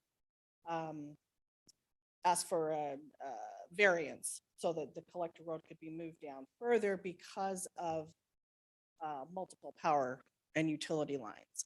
There is one large power pole that is located there. And I did submit, I don't know if you guys can see it, but I submitted a written letter along with some pictures. I don't know if you loaded that or no. But those pictures I took were from Google, and it clearly shows the one power pole that is there. It does come very close to the edge of what the road would be to connect. The other thing they mentioned was the calming of the traffic. There are other ways I think that that could be done to curve through there as far as the calming. And I know when the Quartet subdivision was looked at, it was specific that that Joy Street would go through and connect up with the collector on North Joy Street, which would be directly, I wish I had a picture of it, but it would run very close behind that shop that's right there in the yellow. Okay. And it would connect through. And when I look at it, that does not totally obstruct Joy Street. It would be that one power pole would be on the edge of that road, but all the way down McMillan, when they put in those power poles, which we will live there when they put that in, we've been there 30 years. They have maneuvered around those. There are ways to do that to connect. Now, as that growth continues, which if you look at, there's Daphne, there is Brody Square, there's now Para Place. Those are all the ones that are surrounding us. Bridge Tower West, I think it was Sunset connected in with that. That now flows on to the corner of Daphne and Joy Street and runs out to there. That traffic has increased. At some point, that traffic will probably increase dramatically, particularly when you're talking about that many homes coming out onto the road. That is directly across the street from our house. And I have some real safety concerns with even getting out of our driveway, where that subdivision is the only, that was the one entrance onto McMillan where they could go. They're not going to go down, they could go out Black Cat, but they're not going to go down all the way down and connect into Bridge Tower West because that's the far distance. The majority of these are going to funnel out directly in front of our house onto that road. Now, also, I noticed in the information that was on the public on the website for this hearing, that there were things that were missing. I didn't see a traffic study. I didn't see the report from Ada County Highway District stating that there was multiple, in their words, at least as far as the emails that were between Alan and Bill, that I saw in regards to the gal at the Ada County Highway District. I know I'm running out of time, so that's why I knew it would take some more to do that. But those pictures to me convey that that collector street can be extended of Joy into the Joy that exists now on North Joy. And eventually there's probably going to have to be a light there. You know, there is directly across from that home. I think the reason that they want to keep this is they want to keep that home. They want that the main reason for this is they do not want that collector street running directly behind that property. Now that property was owned by the James family and he passed away. It is unoccupied. It was stated that he wanted to, Mr. James wanted to keep the son who inherited, wanted to keep that as his residence. He does not live there. Nobody has occupied that since August of 2020 when Mr. James passed away. Now he may intend to live there or one of his kids, which is probably why they want to keep that. I understand that, but again, when we look at the growth all around us and what is happening, I think that collector street where it comes out is not appropriate. And I know that they're talking, there's going to be a roundabout at the corner of Black Cat and McMillan, but that will. And I will also tell you, I don't know if traffic studies have been done, but as soon as the Waihe School opened, massive increase in traffic. And Coal Valley Christian School is supposed to be going in down on the north side of McMillan, also on the other side of McDermott. So there will be increased traffic there. I just would like you to take into consideration what the Ada County Highway Master Plan states in regards to, and not deviate from that. That I believe that that collector road for Joy Street can be maintained to connect with the other North Joy Street on the north side of McMillan. Okay, thank you.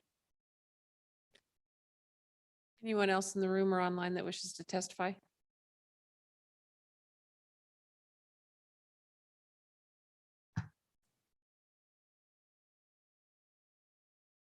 My name is Joe Pockner. I'm an engineer with KM Engineering.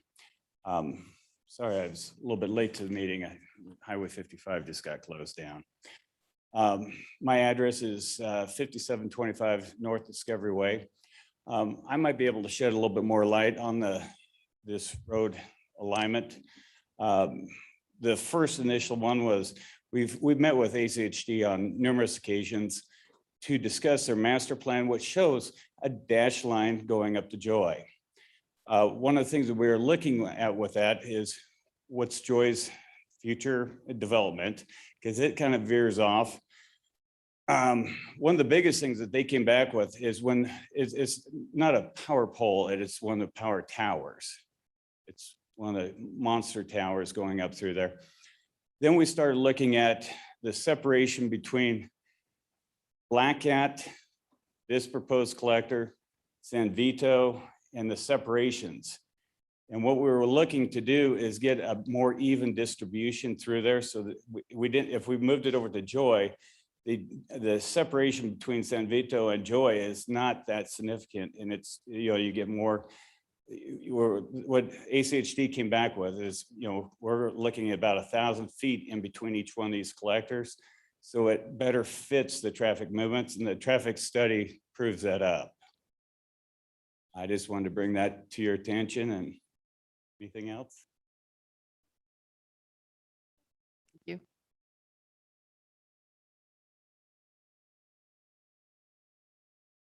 Anyone else in the room or online that wishes to testify? Would the applicant like to come back? Comments on anything? In that case, could I get a motion to close the public hearing on H-2021-0074?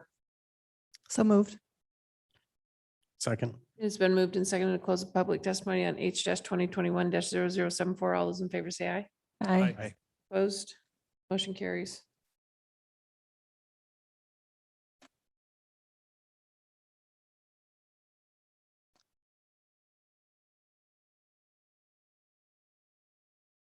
Thoughts, concerns? Madam Chair, Commissioner Lorcher? I think McMillan has some challenges because of those large power towers and being able to work around them. I understand the homeowner's concern for things kind of connecting perfectly aligned, but I mean, we don't have a picture of, we just have the picture of the Jamestown subdivision, so it's hard to see what's going on across the street. Like she had said, we just approved Para subdivision. I think Brody's going in there. It's going to be just more of the same. ACHD is going to have to do something in regard to traffic because McMillan is still only 2 lanes each way, and you're introducing 294 new homes on top of 4 other subdivisions that are all going in at the same time.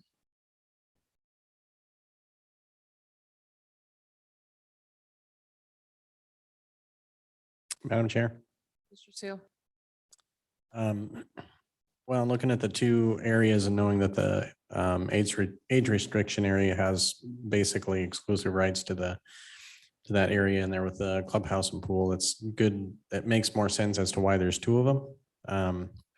One of the things if the applicant might want to consider is putting in a water park or water feature instead of a pool. I know there's mixed feelings on pools out there, so they tend to be good for some things, bad for others. I think long-term, something of a water park, water feature is going to last a lot better than a pool. One of the things I will say about the application is I think you've won the contest if you were trying to have one for common driveways. I think there's 12 of them in here. So just for your information, it's something that most people up here don't like to see in there or to have it minimized. So I would love to see this. If you go forward into city council, it would be nice to see if you could get a little more creative and eliminate some of those, especially in that age restricted area. That's a smaller street.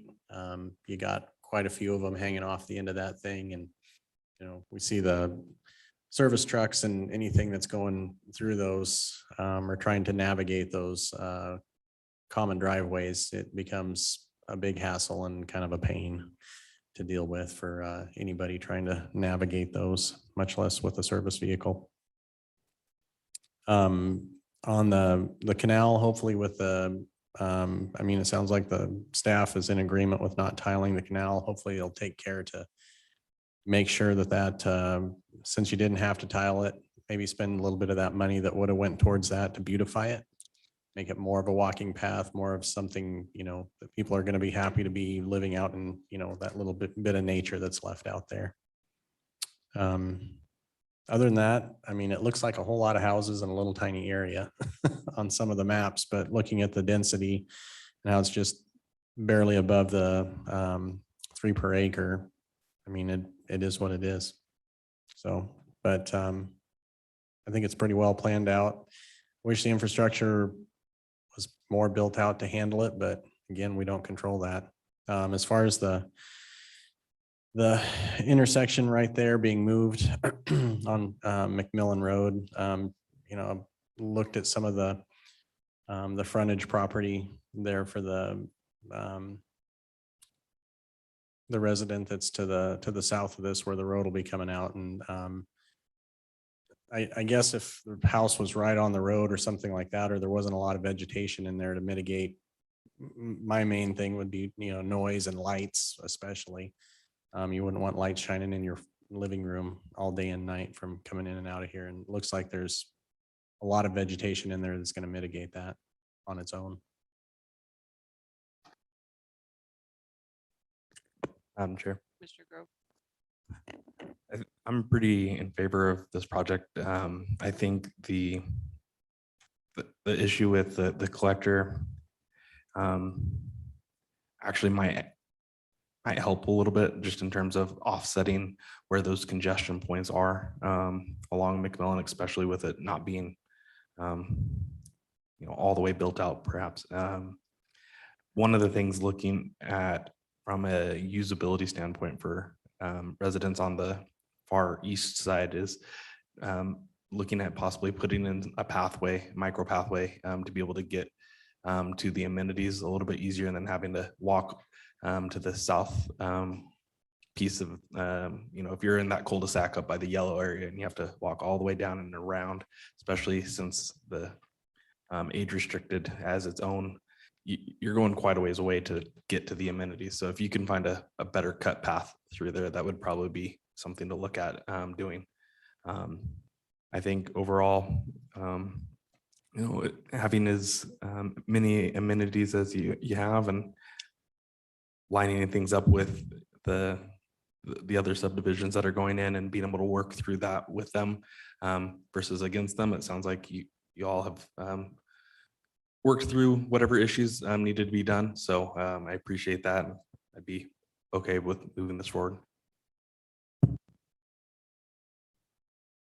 Madam Chair, Mr. Yearsley. all I can say is I'm sure glad I don't live in that area. And it's not you guys. I think ACHD kind of really messed up with that area. You've got are going to end up with 4 collector streets hitting McMillan, and none of them are in the right location for a roundabout or some sort of a signal. So it's going to be a disaster through there, especially with the canal right next against the road. I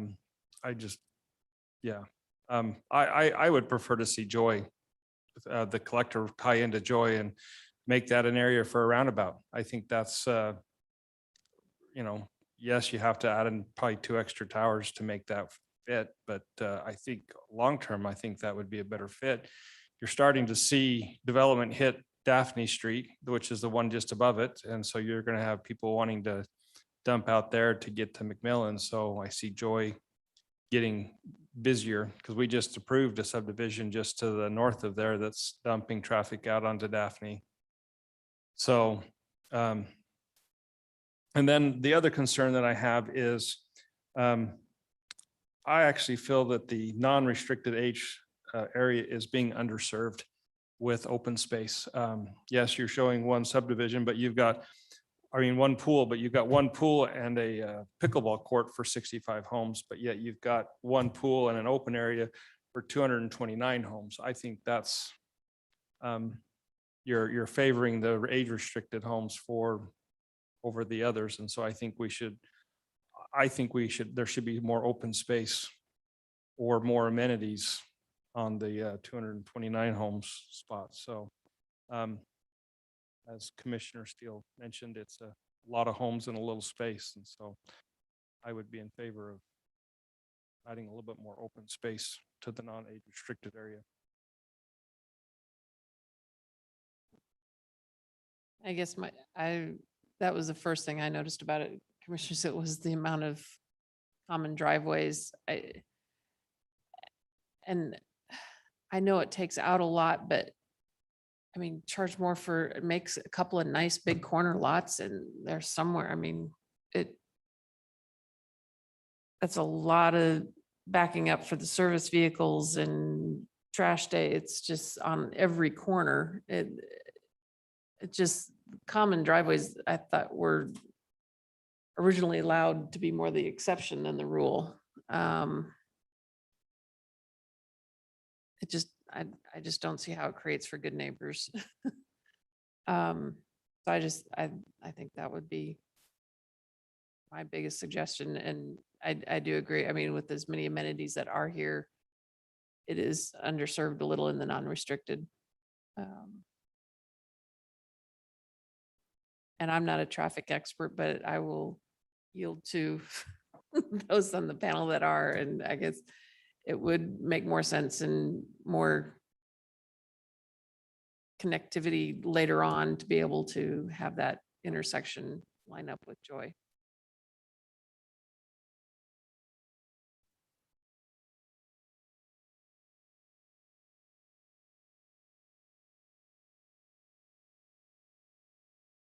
I'm not sure where that really leaves us. I know, Madam Chair. So if truly a roundabout is going to be planned for Black Cat and McMillan, I'm assuming ACHD approved your collector streets off of McMillan already, knowing that that was going to happen. So they have to know that there's enough room to be able to make it there, right? Unless they think that's just a problem for another day.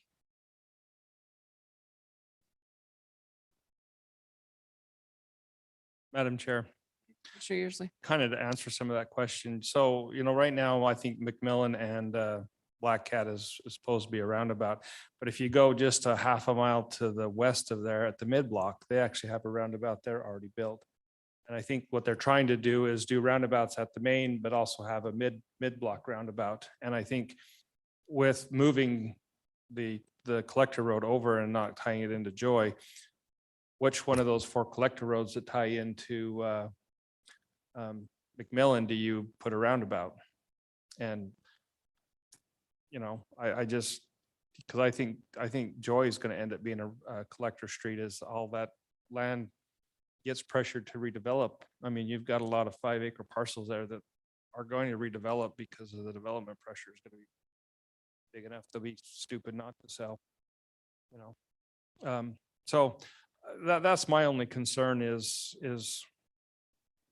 which one of those does ACHD put a roundabout on?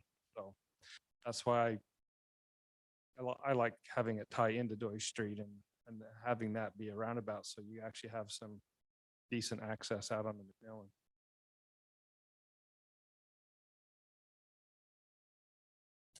Madam Chair. Commissioner Seal. I hadn't considered the roundabout aspect and the way the traffic patterns had tied in there. And Commissioner Yearsley brings up some good points because we did just approve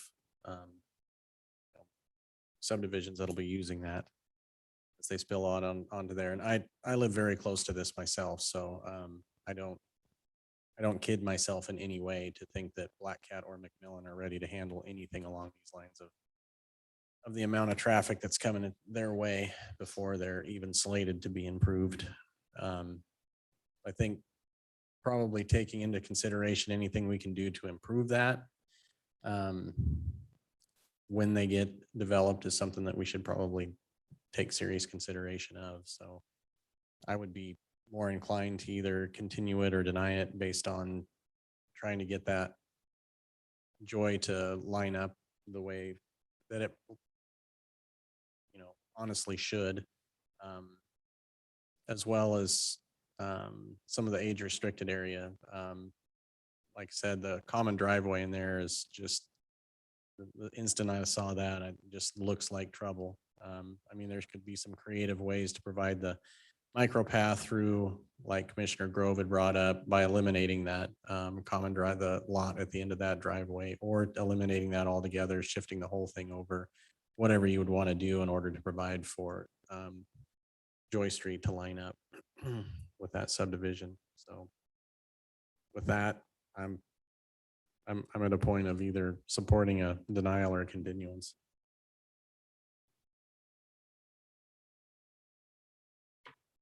Madam Chair. Commissioner Lorcher. Well, one of the reasons why we denied one of the first ones we did today was because of the lack of infrastructure before, more goes in. I think I would be interested in hearing more what ACHD has. I mean, if the street of McMillan's and Black Cat aren't going to be approved for, 5 or 10 years, then putting 294 houses, even with age restrictions, in, along with the 4 or 5 other subdivisions that Brighton already is working on in that same area, is just, McMillan's going to be a parking lot, whether you go to a school or any other businesses going on there. I don't know anything about, what you call them, common driveways. I don't think I've ever seen one, so maybe I need to get out a little bit more, but Madam Chair. I have no comment on that. Commissioner Grove. I understand what Commissioner Lorcher is saying. I think the infrastructure piece for me is kind of apples and oranges on this one compared to the other one. Just in terms of how much has already been approved and what's being planned and how it's being planned and what, where it's at in its life cycle with in terms of development. I think we're completely different places. I would be probably in favor of doing a continuance and having it conditioned around the redevelopment of being able to connect to the Joy. I think, as a few of you pointed out, the amenities are great overall, but when we're looking at them for who they are intended for and where they're at, I think there's some room for improvement. I think if we're talking about realignment of the street, that it's going to have to be addressed anyway. So kind of making sure that it is understood what we're looking for, so that we give some direction on that. I guess I would add way fewer common driveways. Yes, always.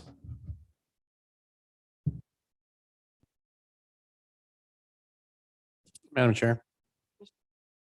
Quick question for staff. It sounded like your voice, but it sounded like it was coming from. That's my ventriloquist act.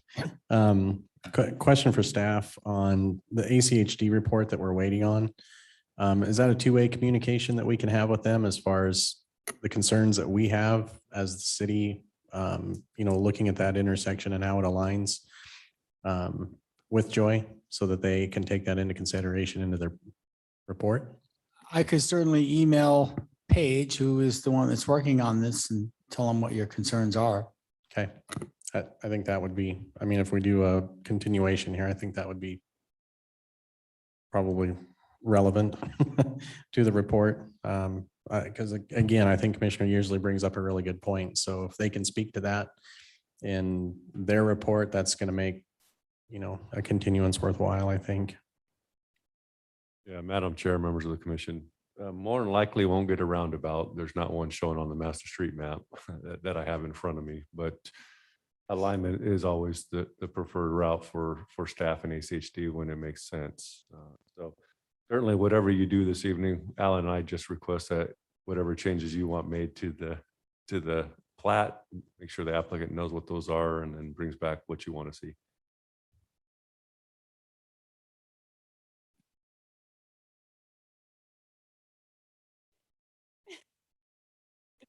You seem to have the line up. So I guess the big question is, when do we want to have this date continued to, I think is going to be the big question. 'Cause what we're asking is, has a significant change. And, I don't want to push it to next week or 2 weeks and not have enough time to at least address the issues in a perfect manner. Will we need to open it back up? Alan. Alan T. from Mike Associate Planner. Yeah, I agree. I mean, we're talking about having to send some pretty big design changes and having ACHD weigh in on them. So, the next planning commission meeting isn't going to work. We're talking month or 6 weeks.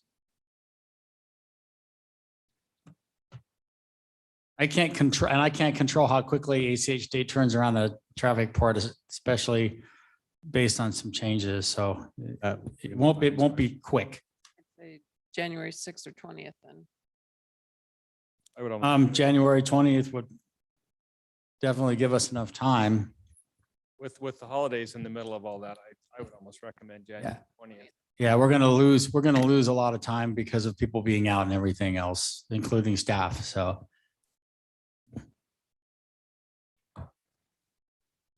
Madam Chair, Commissioner Seal.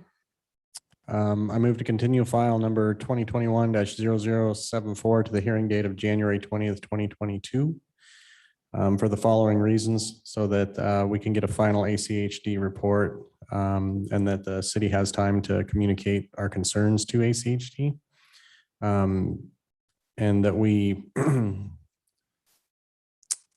that the alignment of the collector to Joy Street be something that they look at for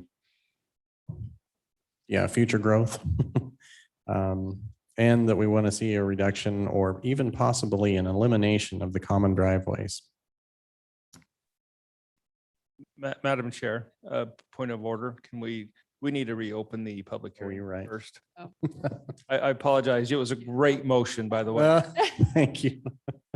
I'll just rewind. Good point. So do you want the motion to open as well, or do we want? I'll motion to open All the right. public hearing on this application. Second. It has been moved and seconded to reopen the public hearing on H-2021-0074. All those in favor say aye. Aye. Aye. Opposed, motion carries. Commissioner Seal. Okay, I move to continue file number H-2021-0074 to the hearing date of January 20th, 2022 for the following reasons. So we can get the final ACHD report and they have a chance to hear our input from the city planning staff.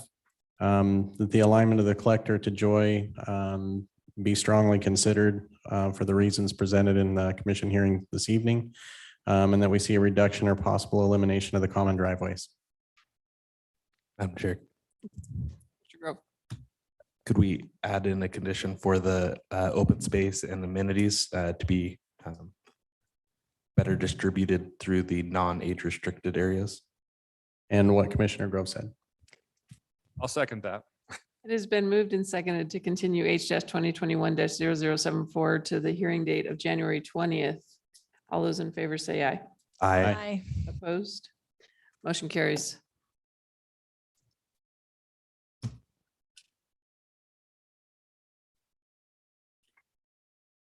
Last item on the agenda is item ZOA 2021-0003, UDC text amendment. And we'll begin with staff report.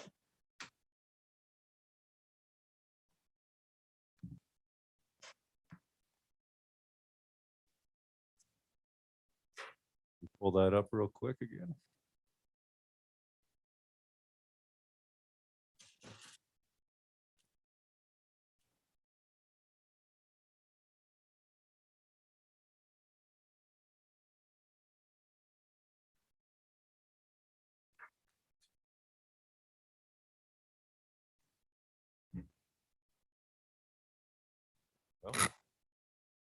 Let's finish strong this evening. Last item on the agenda tonight is UDC text amendment. This one actually comes from an applicant, so it's not really city initiated. And we're here tonight to really discuss cleaning up some code conflicts with you. We've been working with the applicant here for several months on trying to solve this puzzle for them. So over the last year or so, this body has been seeing more and more homes that are fronting on collector streets. And the purpose of that is, one, we want to have these walkable, livable communities. We call it traditional neighborhood design, where you have on-street parking, tree-lined streets, detached sidewalks, and then homes that provide connectivity to those walking paths. And what we realized is, through some of those approvals that we've done, we've realized that our residential districts don't align with that design concept. And what I mean is, in order to achieve what we're talking about this evening, an applicant would need to go through the alternative compliance to do it. And so by us working with the applicant and bringing forth this code change, we're eliminating some steps in the process and trying to get the code to align to allow these types of things, which is actually more consistent with our traditional neighborhood zoning districts. We have two. We have traditional neighborhood commercial districts, and we have traditional neighborhood residential districts. And if you were to compare these side by side in the TNR zone, a person could do what the applicant's proposing this evening under that zone, and all they'd have to provide is a 6 on-street parking. Parallel parking is typically what we see. A 6-foot parkway, a 5-foot sidewalk, and an 8-foot setback to the living area.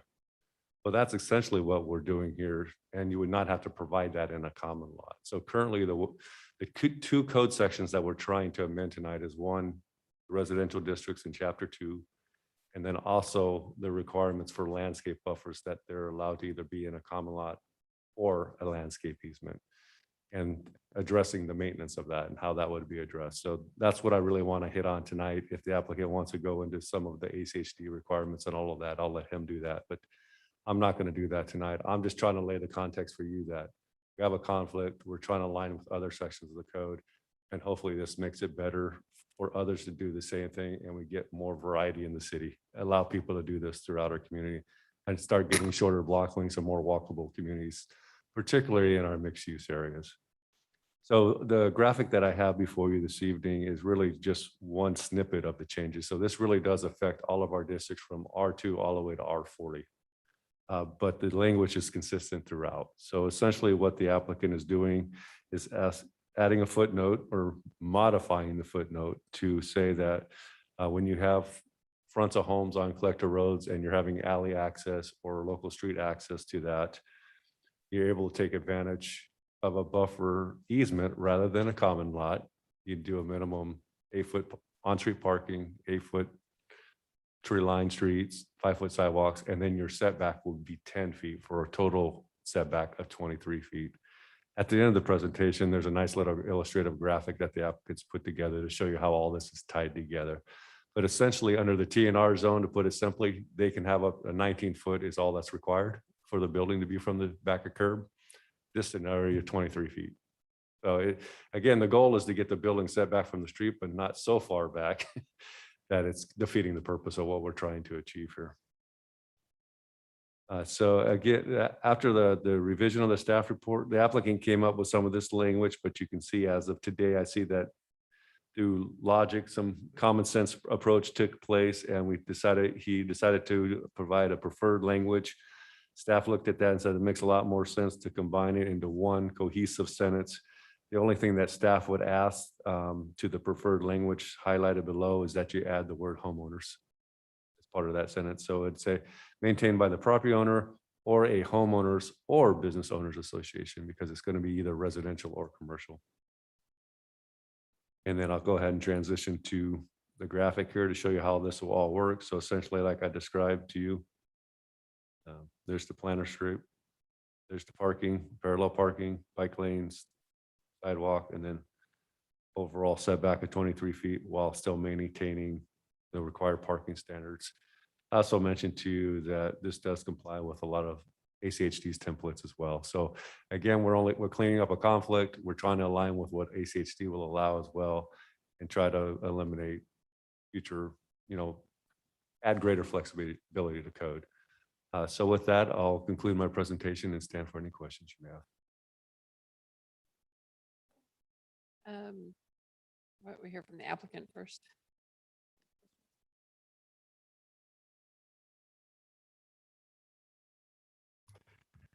Madam Chair, Commission members, Mike Wardle, Brighton Corporation, 2929 West Navigator in Meridian.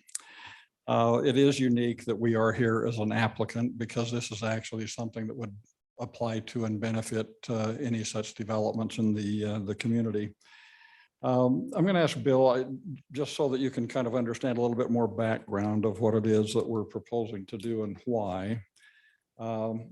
And it's not really that complicated, but particularly in our Pinnacle project or Apex subdivision out in South Meridian, we have some alley loaded lots, and in a phase that's coming before you soon to the west of that, we have some local street loaded lots that would all these homes would all face onto that residential collector.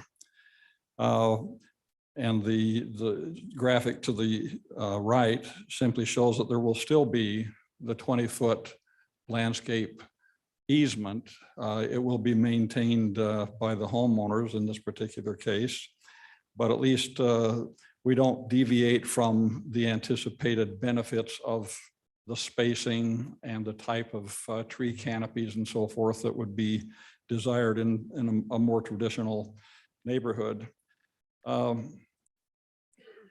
There are two graphics that I just want to show you from ACHD's Livable Street Design Guide. This first one is actually the residential collector with front-loaded housing. And the reason that I have circled this is to simply illustrate that that's exactly the street that we would be proposing to construct in this Pinnacle project, where you have the 5-foot detached sidewalk, 8-foot planter strip. The parking bay that will be, just as it depicts here, will have elements of the corners that will identify that. Then bike lanes, and then the travel lanes. They do have the second graphic in their manual shows a rear or alley loaded product. And in this particular case, though, they don't show the bike lanes that we have on the street. So I just wanted to show that they've provided both possibilities for a residential collector street in their street design guide. We go for the bigger and more appropriate. And then Bill showed you this, where we actually maintain the parking off the alley or the local street, so that there's no no limit to the off-street parking behind the garages. And of course, the green outlined landscape buffer, and then the 10-foot from back of sidewalk setback to a minimum 10 feet to the face of the homes. Bill mentioned the traditional neighborhood zoning. That goes down to 8 feet, but in this case, we're saying a minimum of 10. Now, Bill showed you this particular item, and the footnote simply states that it has to be alley or rear loaded, has to be on a collector that has the landscape buffers and a minimum of 10-foot setback. And it applies, just this footnote modification applies to all. When we were going through this process, and it's been actually over the course of the last 3 or 4 months, my original recommendation was the top part of this, was kind of trying to finesse something that was really unclear. But then staff came back with the recommendation, the or, and we agreed with that is the better way to go because it clarifies it in a much simpler language. And we certainly don't have any issue at all with the inclusion of homeowner maintenance. So obviously we encourage you to do this, but one of the reasons that we are doing it is based on our own experience. We developed, beginning about 22 years ago, a project, and this photograph actually is from September of 2006, of the Mill District at Harris Ranch. I have two photographs. The first one will be the one looking to the west. Down, I can't remember the street name. But this shows what character we are trying to achieve. Interestingly enough, in this particular case, even though this is kind of the collector street going out to Eckert Road, we would actually have a little bit, well, a wider sidewalk, wider planting strip, the on-street parking, plus then the bike lanes. The homes depicted in this particular photograph range from about 78 to 85 feet separation from face to face as you go down the street. And there's this articulation because not all of them are, set to a rigid standard. There are some closer, some a little bit further apart. The next view is looking to the east. And again, it shows kind of how those homes are relatively close to the street, but in this particular case, again, the sidewalk is new standards, a little bit wider. The planter strip is 3 feet wider. There are bike lanes on the street, and so we provide actually a better scenario than this. And looking down that street, the closest separation that I saw on this one when we measured it was about 78. Now, the reason for it is that we could land a Boeing 737 MAX under the current standards because it would be under the way it's your current code works, it's exactly 113 feet face to face across the street, which in a traditional kind of a feel is a big separation. If we go to the proposed amendments, it actually drops 20 feet out of that, goes back to about 93 feet of separation, but it gives you then a streetscape that provides the type of living environment that I think we all want for the community. So it only applies where there's a residential collector street, has to have on-street parking. It may or may not have bike lanes, but in our particular project, it would. And of course, now that the standards are the 8-foot planter strips and the 5-foot sidewalks, and then a minimum 10 feet from the back of sidewalk to the face of the home, it gives us the canopy, it gives us the separation, it gives us all of the elements of a livable street, and accomplishes something that in this particular case is fairly small because in some of the conversation that we had with staff, we noted that if, and I think Bill alluded to it, we would only have to have about 3.5 acres of TN zoning in there to accomplish it all, but it just didn't seem appropriate to throw a little bit of a TN into a project when we could do this. And we agreed with staff that alternative compliance was really not the best way to do it because that leaves so much subjectivity in the process. So amendment is the proposed and preferred way to accomplish it. Be happy to answer any questions that you have, but we ask for your recommendation to the council that these amendments be approved. Thank you. Any questions for staff or the applicant? Madam Chair. Semi-applicant, ma'am. Mr. Yearsley. So I'm just trying to get a feel around this. So we're talking about a residential collector. Are we talking like the mid-block collector road, or is this, I'm not quite sure what road we're actually referring to as a residential collector. You mean specifically here or in any circumstance? Well, in this circumstances, because just as an example, we just looked at that last subdivision that came through. They have that pretty much that main mid-block collector. Is that section of road that you're referring to? Would that be applied to that piece? Yes, Madam Chair and Commissioner Yearsley, those mid-mile collectors that ACHD has in their master street plan is that type of roadway. Okay. Now, let me just go back to the illustration that's on the screen. This particular road system, you'll see that the ones to the right are not a collector, but because of the way that the grid works, there's a draining, a collection kind of a thing that's occurring in this particular roadway. Just happens to have a wider requirement from ACHD than we would do for our local streets. But you're correct. Any of those mid-mile collectors would be a residential collector and could use this type of standard if they Okay. chose to design that way.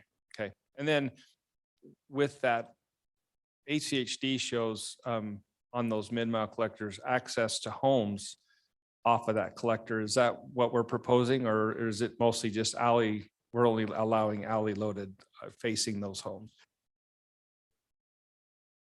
I was surprised, frankly, when I was searching through ACHD's information and found this particular illustration where they have a front on, front loaded. Yeah.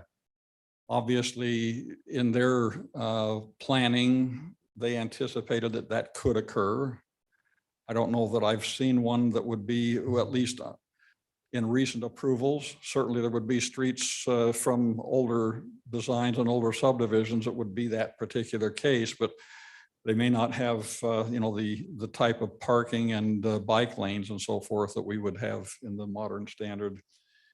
So this is the one that we're looking at, frankly, is it would either have to be an alley, could be a common drive, kind of a nasty term, or it could be a local street. And it will be unique in this particular one because the homes will be essentially the same looking across the street. One will be served by an alley. The other will have a local street. And so on that local street, people will be looking at the rear of the homes for about 10 or 12 lots versus the front that they would typically see. But the streetscape going into the project on the residential collector would have a consistent design and relationship. Functional relationship would be consistent all the way through. And that's what I was just curious about, because I don't know if I actually, I don't think that this is a bad proposal for an alley loaded home to bring them a little closer. But I was really concerned that we were going to start allowing access onto those collectors, which is not what I've typically seen, or I think we don't typically want. So that's what I was just wanting to clarify. Madam Chair, I agree with that. And I don't think you're going to see a lot of it. I think it will only happen when you're designing a traditional type of product rather than a conventional lot. I just don't see conventional lots coming forward because, and this is the other item that we work through with staff, under the current code, technically that 20-foot landscape buffer would have to be a common lot. Well, in this particular case, going back to, it would mean that the lots on the east side of that collector, if they had a common lot, the alley could not be public. It would have to be private because now ACHD has this strange requirement that if the lot doesn't directly have frontage, you can't have a public alley. See, so we're just trying to solve a number of little interesting twists and turns in the city's code and in ACHD's requirements. And we think that, again, it's not a dramatic thing, but it accomplishes an objective that I think will foster good design. And I agree. I'll be pleased. I think anything we can do to get rid of private roads in a subdivision like that is beneficial. I appreciate your time and just ask that you pass it on with an affirmative recommendation. Any other questions? Okay. Thank you. Madam Clerk, did we have anybody signed up to testify on this application? Madam Chair, we do not. Assuming no more comments from staff or the semi-applicant. With that, could I get a motion to close the public hearing on H-2021? It's not H. Oh, it's ZOA. Yeah, sorry. ZOA. Here we go. 2021-0003. So moved. It has been moved and seconded to close the public hearing on ZOA-2021-003. All those in favor say aye. Aye. Opposed? Motion carries.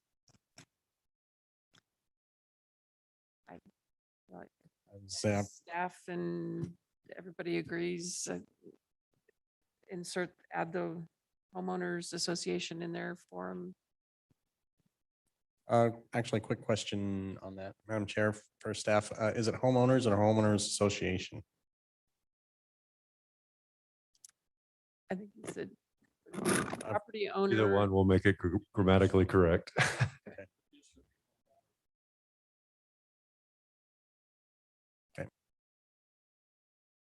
So what you're asking for is a modification to change property owner to homeowner in the motion. Is that correct? What I'm hearing? I think he's adding it. Adding it. Property owner Adding. might not be the homeowner. Yeah, I want to make it clear that if it's a common lot, it's maintained by a homeowners association. But if it's an easement, then it will be owned by the property owner or maintained by the property owner unless. So property owner or homeowners association or business owners association. You want all three of them in there. Yep.